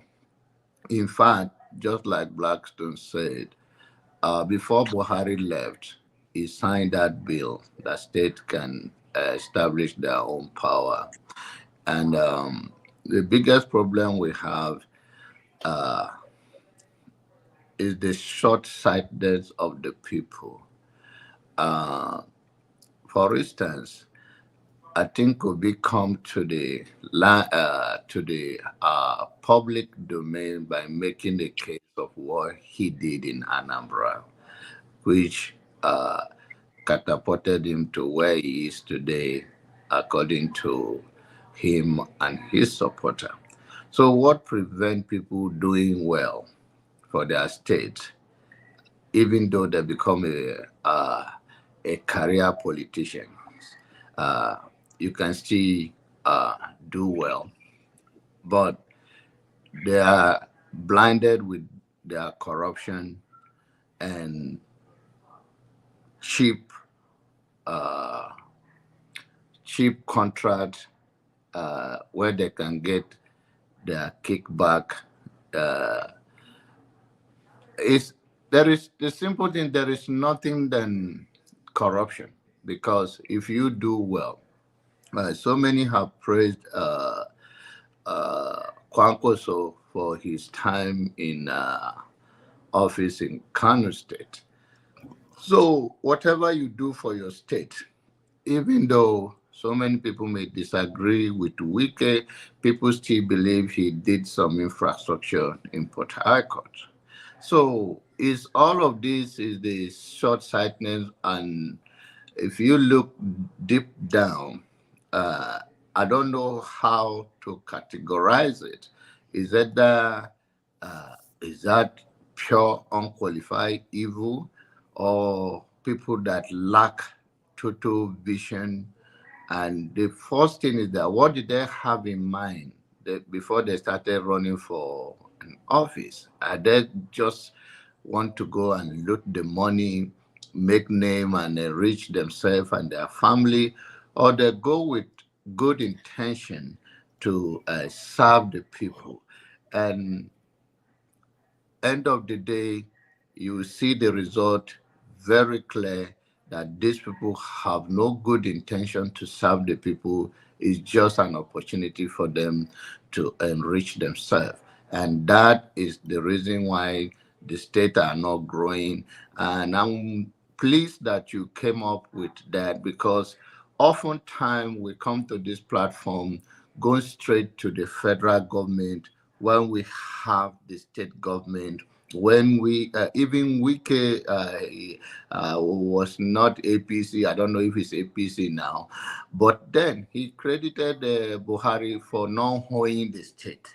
So if these monies are all the allocations, all the monies are given to you to develop your state, what is hindering you?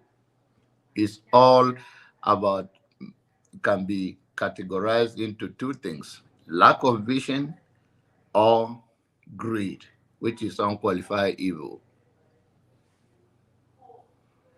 Thank you. Thank you very much, John Abbott. In bringing this program to an end in the next 20 minutes, what is highlighted on the screen there says, when a person sells himself to destroy the best good of others, which I believe we've experienced, every one of us, we've experienced and spoke about it in Nigeria, it becomes necessary to take him from the society he seeks to destroy. The question is, how do we take such people like the elite and the leaders that we've all mentioned? How do we take them out of the society? I will start with AY, that just joined us in. AY, the floor is yours. Firing squad. Hold on, we'll come to you. AY, the floor is yours. Thank you. Welcome to the show.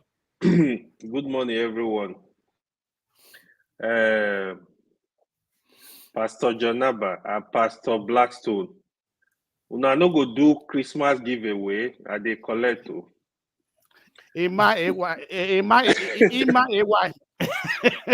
I'll collect it. You guys need to do Christmas giveaway.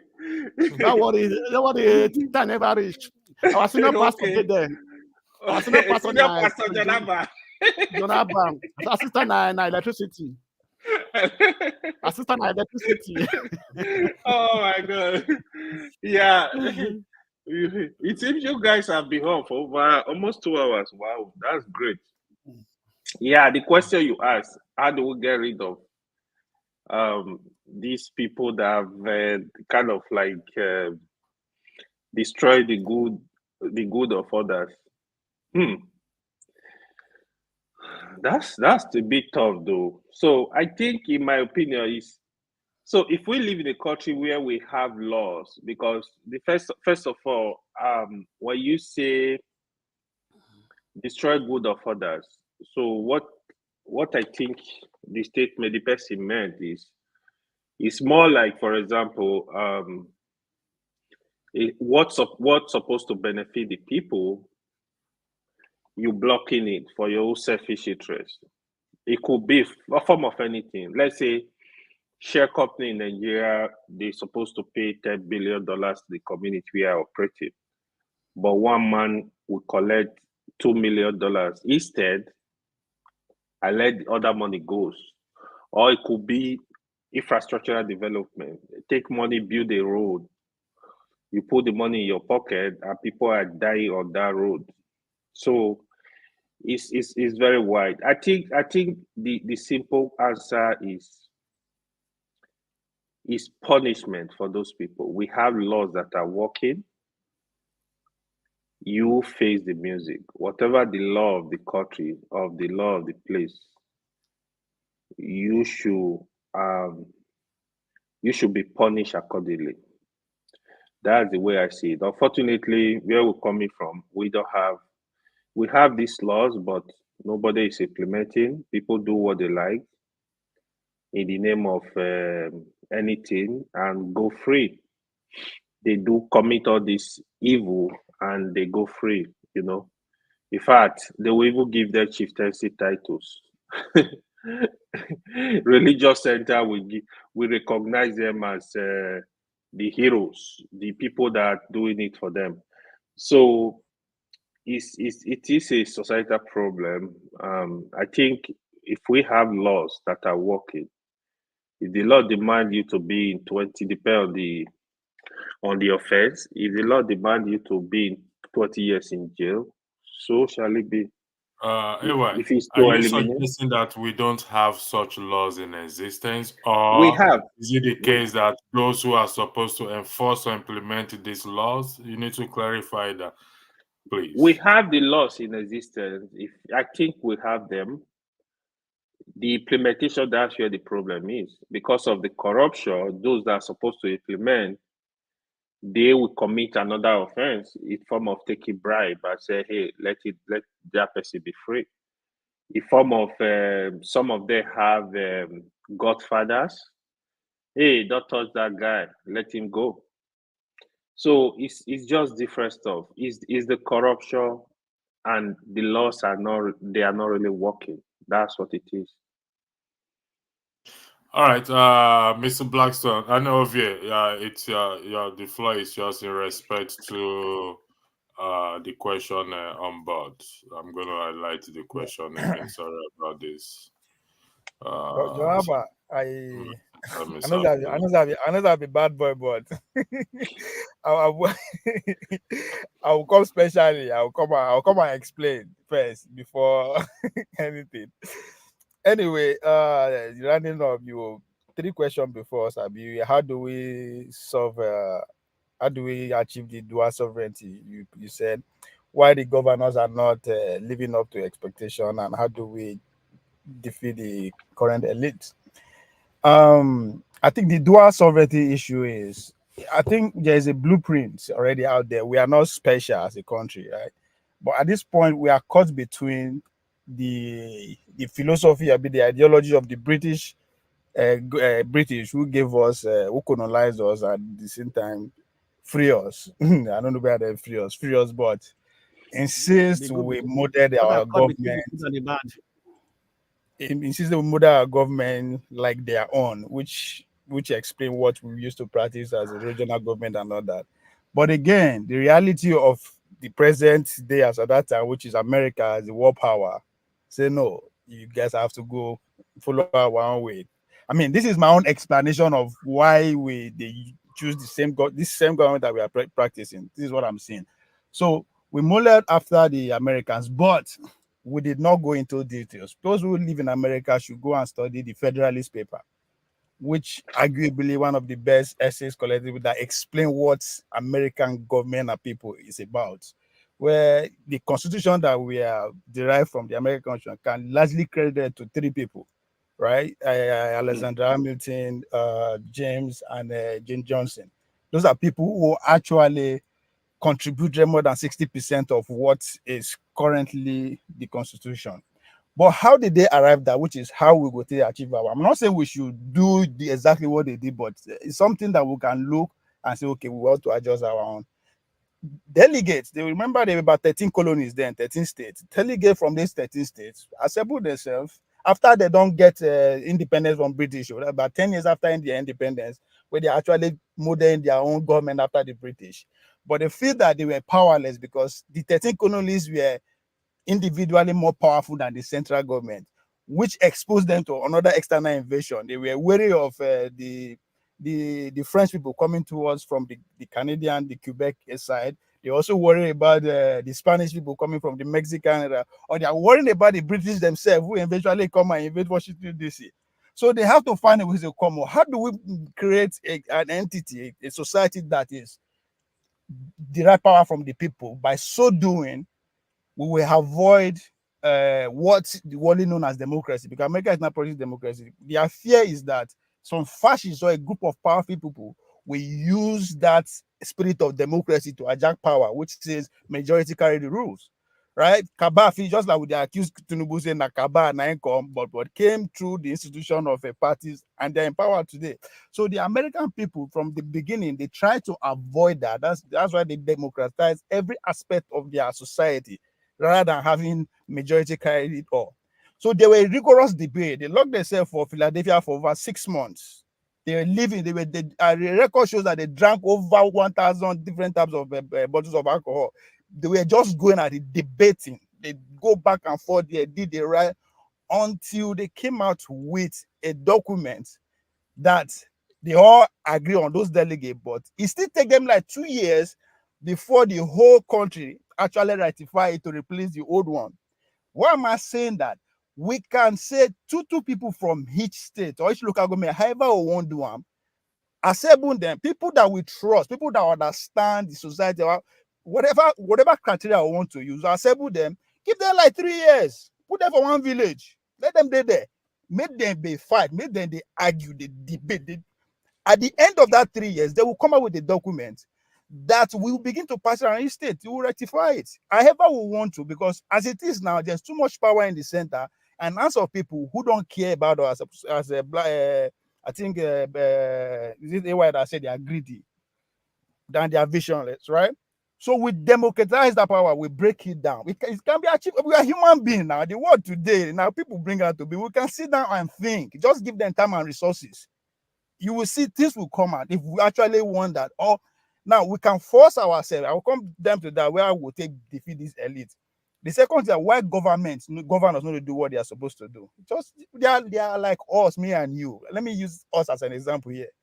There are people among us here who just say, you know what, man, fuck it, man. Easier way out not to just jackpot job. Or make a idea. Have easier way to join them or make a jackpot. Why there are some other people who say, man, they don't fight, try everything, you know what? They say, you know what? We'll join them or make a jackpot. The same thing with those governors. They go into government. There are some of them who say, you know what? I want to do things. I want to change things. But of course, they meet resistance. They fight. You say, you know what? Fuck it. I give up or I join them. Why some from day one, they say, you know what? I'm not going to beat them anyway. So fuck it. Maybe I just join them. So so then there is, and that is because we as people, we don't punish our public officials. Somebody say we worship them because we see that they were able to transform their life. So we see them as God. So we don't punish them. And I keep saying it. If AY fuck up today, we not go. You don't need to ask me how we take hand around. We go rush him. We pieces him. Easy. We not put it down. We get no first. You just carry gun, you shoot him. You understand? But how come he become governor? He go destroy all our life. We go still celebrate him. But so you see, we as people, we they choose and select. What is responsible for that is a different ball game. So these governors, they are acting based on us. They look us. If I do this small thing, make I see. Now only shout, they go shout.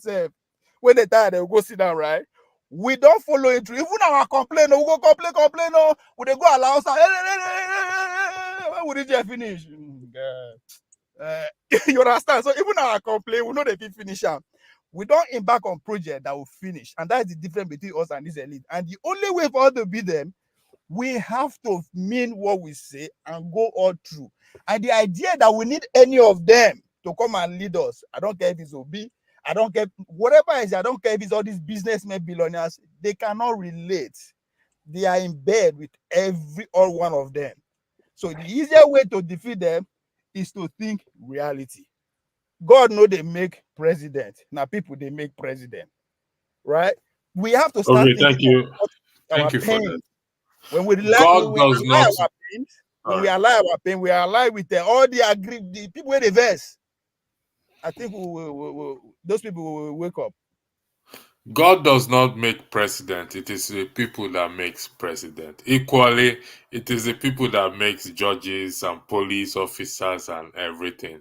So it is across board. So it is still down to us, the people.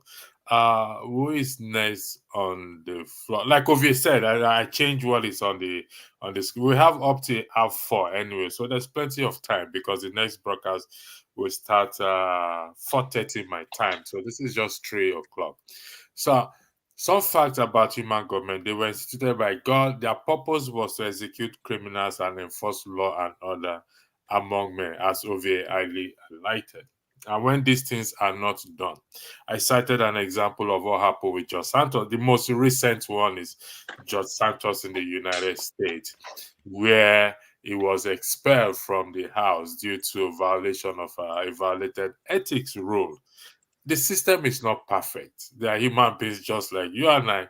They have a single head like you and I, two hands and two legs, the same mind and faculty to reason.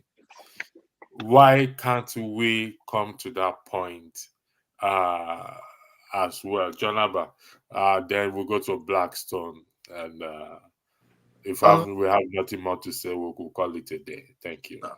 Thank you once again. I think it's a failure of imaginations for us to believe that we can get rid of the elite. Elite is not our problem. Our problem is us to empower ourselves and get to the level of self-esteem and know the rule of law and how to help them, since they could not do it for us, and channel our resources, our knowledge, our wisdom towards it.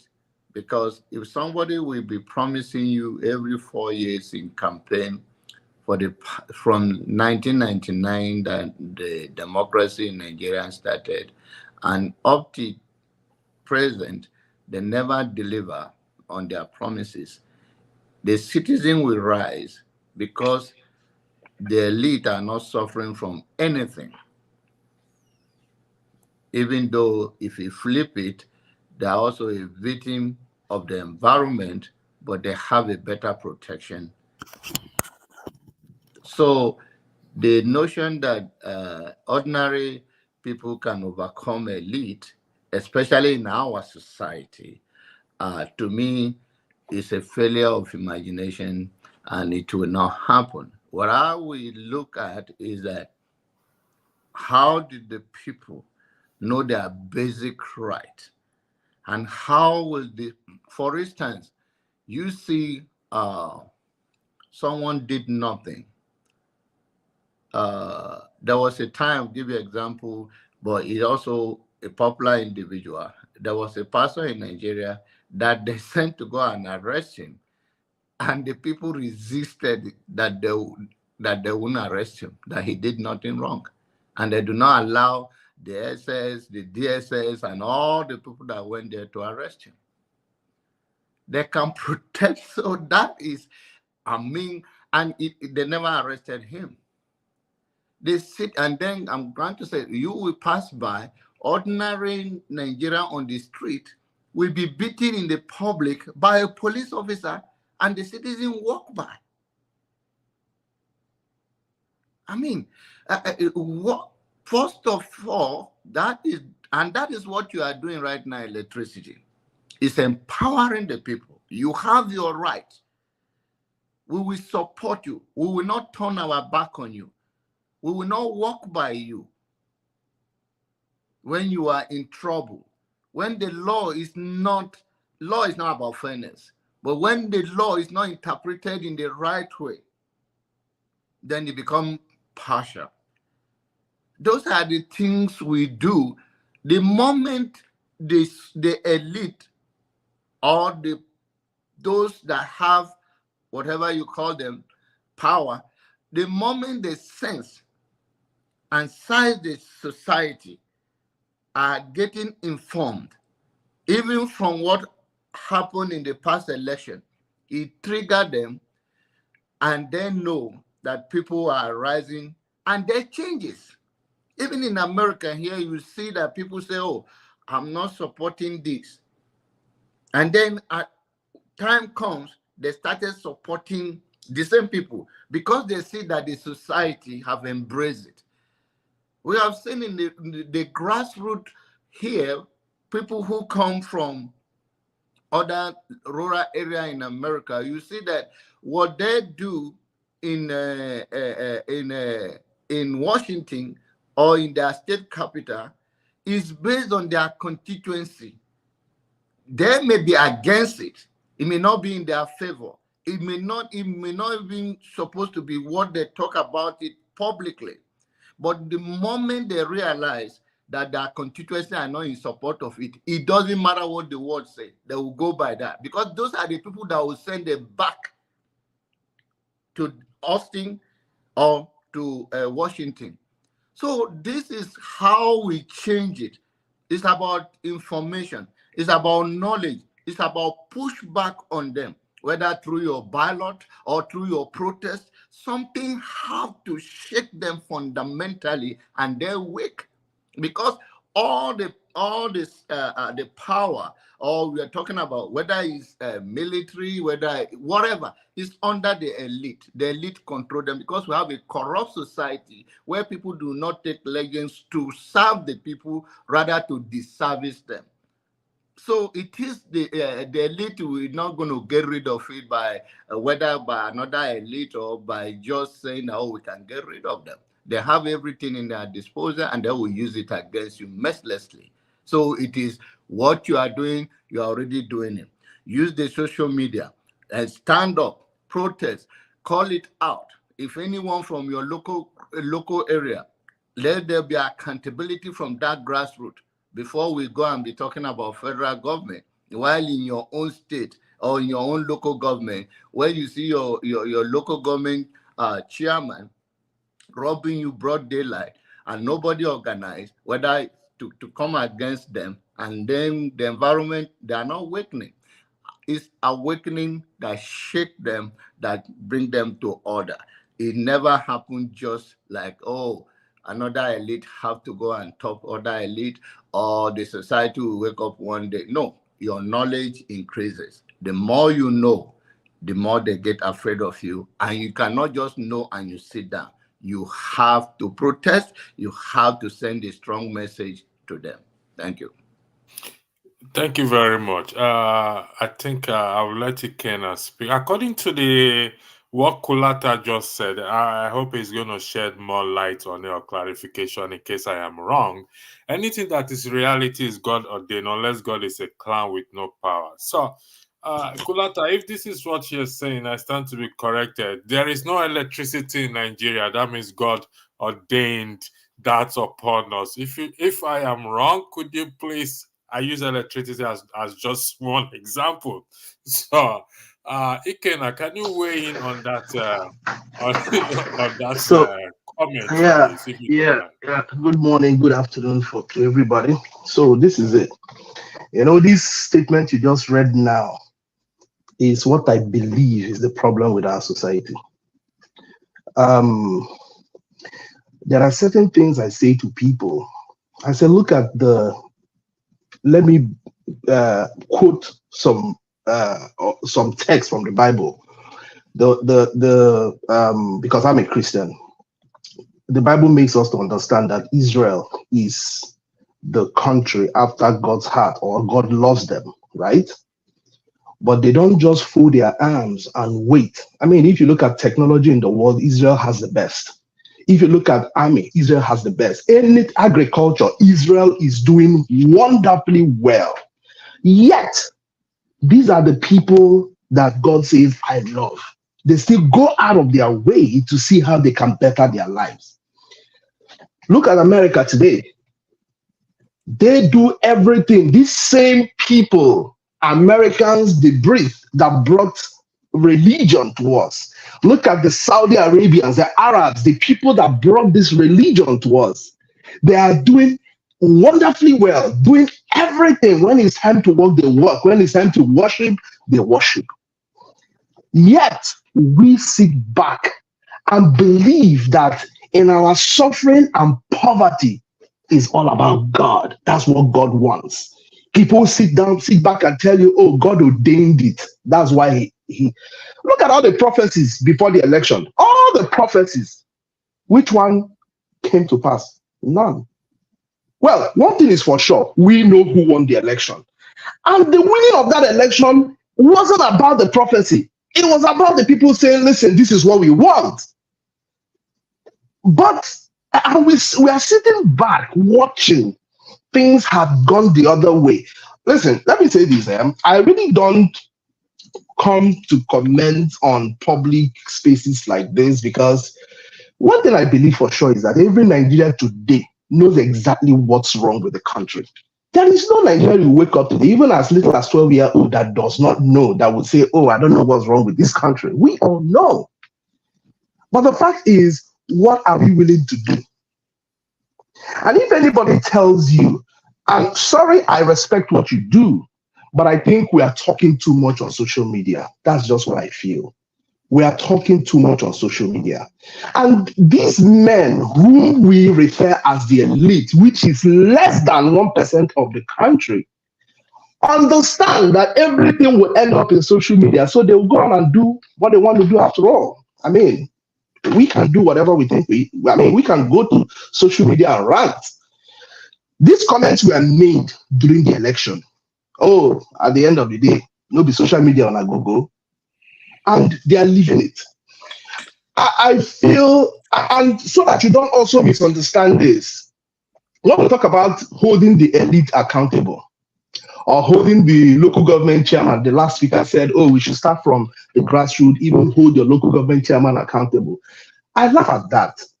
You know, one thing I realized during the last election, even the people, half of us who are even here shouting for good governance, we are doing so because we hadn't been given the opportunity to come and steal. That's just the truth. I went for one of the last rally before the election. I'm an obedient. I know how much of my personal money I put into that rally. I put into the election. Do you know one thing happened? Why? During the last rally, I met some people. They said, you did all this thing. Why haven't you come to the party office to come and show yourself and, you know, so that you'll be recognized? I said, no, I wasn't doing this for recognition. I was doing this because I believed in what we are doing. I believe in this cause. I am doing this for my children. I'm afraid for my children in this country. Unfortunately, I lost my wife due to bad governance. In our own national hospital, in front of me, my wife was killed out of carelessness. Do you understand? So I said, I know why I'm doing this. I'm not doing it because I want P2B to recognize me or to give me a position when he wins an election. No, that's not why. But guess what? Most of the teams, obedient team you saw, everybody had an agenda. Everybody had, I'm not saying all of them, but most of them had an agenda. They had plans. Oh, it will be okay when they will release campaign money. This is how much. And I was there listening to people complaining. They release campaign money. This person carried it. This person. I was like, damn, is this what it is? Are you guys doing this because you were planning to get part of that campaign money, or you were doing it because you actually believed in the person you were supporting? That's one thing. Two, the people you're expecting to go and hold the local government chairman accountable, or whoever it is accountable, they are even worse than the people they are supposed to go and hold accountable. Everybody is all about money. Everybody is all about make my turn, make my own person enter there. Then I will be able to, you know, gather the much I can. Nobody is even willing. Nobody is interested in what is going on in the country or saving the country. We are hungry today. We are hopeful. Oh, don't worry. One day it will reach my turn, or one day my person will enter there. I go. Just while the campaign started, or while the election season came on, I was with a friend. I was talking to a friend. Before now, I had been a card-carrying member of PDP, and he is also a card-carrying member of PDP. He was like, oh, we are going to, if Obi likes, he should leave. No, that was exactly when Obi left and went to Labour Party. He said, we will vote PDP. We are not voting Obi. I said, guy, you are not serious. I mean, I'm not voting PDP. I'm a card-carrying member, yes. He said, why? You know, if Atiku enters there, it will be good for all of us. I say, yes, it will be good for all of us, but that's not what I'm looking for. I said, oh, guy, you have a company? He said, yes. I have a company. I said, yes. I said, listen, do you want to tell me that if there is a level playing ground for everybody, you cannot get projects from the government? He said he can. I said, so why do I have to support somebody because I want projects when I know on a good day, I can do this by myself.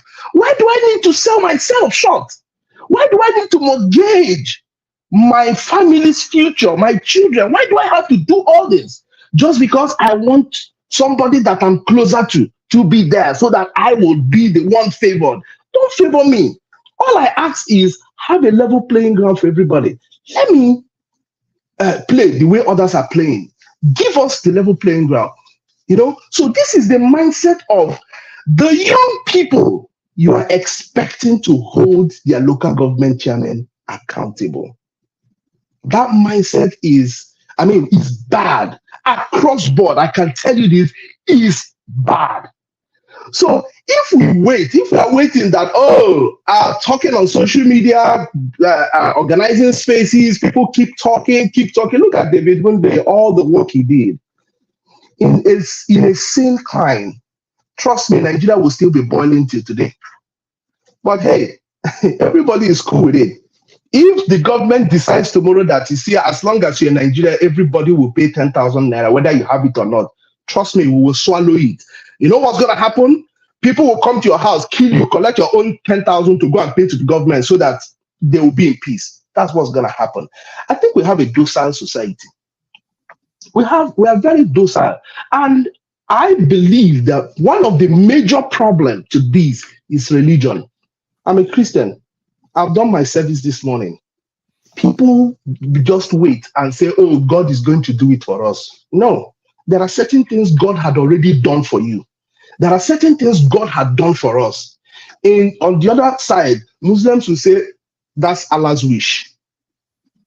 And we are suffering and dying. We don't even sit back to ask ourselves, the people that brought this religion, what are they doing? Are they sitting back? A friend from Egypt called me one time and said, guy, you guys, we are surprised at Nigerian youths. We are surprised at Nigerian youths that they have to stand up. If you protest for what, in fact, I remember when I'm from Imo State. I remember when the Supreme Court judgment in Imo State happened.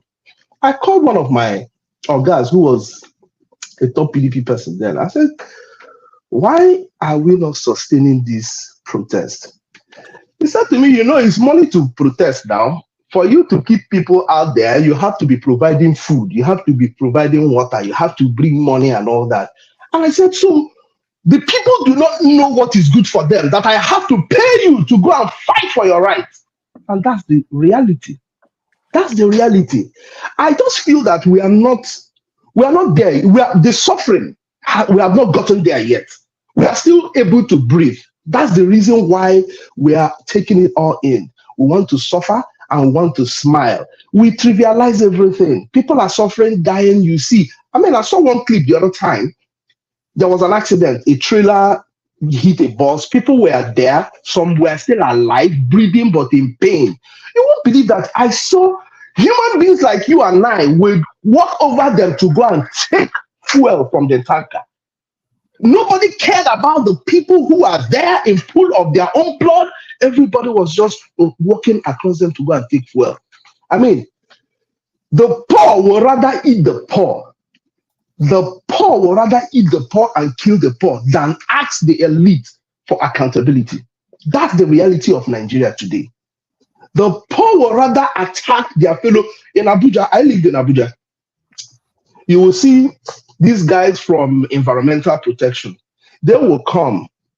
They will chase after the lady who is roasting corn, selling food, trying to make a living. Sometimes I will stop, I'll call them.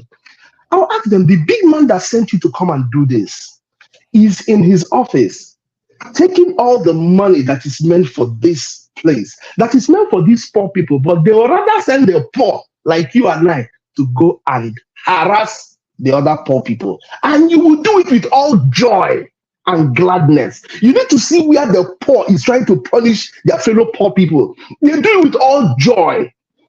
But the criminal that had kept both of us in this situation, he comes out, Babao, I hail you. I think the mindset for Nigerian youth needs to change. It needs to change. I'll be honest with you. We can say this, we can talk on spaces from now till tomorrow. Look at how many people on this space. Let's look at it. How many people are on this space and how many people will see this space? And there's also a deliberate attempt to keep the majority of us hungry and make us illiterate so that we don't even come half time. I mean, no because we get money to buy data, go day here, they listen to you.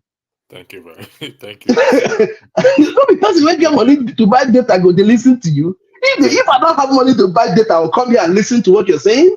I mean, I think it's time we hit the streets. Forget all these. That's a valid point you made. Thank on you. behalf of everyone, please accept our condolences. Thank you. Respect to the loss of your wife. I know. Thank you. I feel you because I've experienced it myself, so I know what it is. I'm sorry. This is an opportunity to say this. I'm sorry, it may come out wrong, but let me say this. A friend who worked in National Hospital, you know what he told me when he came to visit me? He said to me, you should have called me when you took your wife to the hospital. That in National Hospital, there's what they call phone call doctors and the real doctors. The phone call doctors are the ones that whenever there's an opportunity to hire doctors, ministers, governors will start calling. That is my candidate. So they write a test. All the people that pass the test will be moved aside. Maybe one of them will be hired. Then every other person will be from this minister, from this governor, from this person. Now, if he said, I quote him, if you come with an emergency situation and make the mistake of falling into the hands of one of those doctors, you're gone. And I asked myself, why should I go to the hospital and I'll have to first of all call somebody? Call somebody, exactly. Why should I do that? Right. That is the situation of Nigeria today. I'm sorry to say. It is unfortunate. Jonaba, you want to say something before I close? Yeah. Again, please accept our condolences. Thank you. I mean, sorry, Joe, before you call me, Jonaba, these are the things I keep saying that we need to. Okay, will somebody say that? Oh, God ordained such a thing to happen to? I mean, like I said there before, I've lost a child in Nigeria. There, the twin sister. The carelessness and irresponsible of a nurse, and so I can feel you. It's about 10 years ago now, 10 years just around the corner here. I feel you and I know what it is. So please accept my condolence. Jonab, after you, we will bring the broadcast to an end. So thank you very much. There will be another broadcast at 4:30 for those who wants to still. I won't say anything before you close. Blackstone, forgive me for today. After Jonaba, I will bring Jonaba. Make it brief, please. Thank you. Again, sorry for your loss. In one way, and also go to you, electricity. Even though it's 10 years ago, I believe that those vacuum will always be there for the rest of our lives. Those of us that have lost our loved one, but in one way or the other, we are all victim of that circumstances. It may be your brother, your sisters, and all of that, and that is why we are all crying out here for the change that we all desperately need. Now, one of the things is that we should not be discouraging is that knowledge is power. It cannot say that, but in a contradicted way that, if we say all we are saying here till tomorrow, it's not going to make any difference. The Bible said that faith comes by hearing, and hearing by the word of God. Now, I'm not saying now by the word of God. The voice of men also a voice of God. Every positive word we are putting out there to encourage people and to give them the right information. There are many Nigerians today, whether young or old. In fact, the youth are no different from the old ones. Sometimes I come to Nigeria often. Even this year, I've been there and all of that. So Nigeria, like you said, it's the mentality of the people. And this is what we are trying to shape by knowledge, by information. If we cannot come here and continue and we get tired of telling it, then it's also a strategy by the elite that they will get tired because they have used everything in their hand to deprive us of everything that we need to be a decent human being. And even if it is death will come, whether in a young age or old age, everybody deserves to leave this world with dignity and not in pain and suffering. So I believe that we should continue to educate our people and to let them know their basic human right, which the government is not offering them. Who else, if not platform like this and every other places where we have opportunities to speak truth to the power and to let the people know you got power, use it. This is the area, this is how you use it. So I don't think we should discourage spreading the good news. Thank you. Thank you very much. That's a very important point you just highlighted. So as I bring the broadcast to an end, thank you, gentlemen. And hopefully we shall meet again. God bless you. Thank you, brother.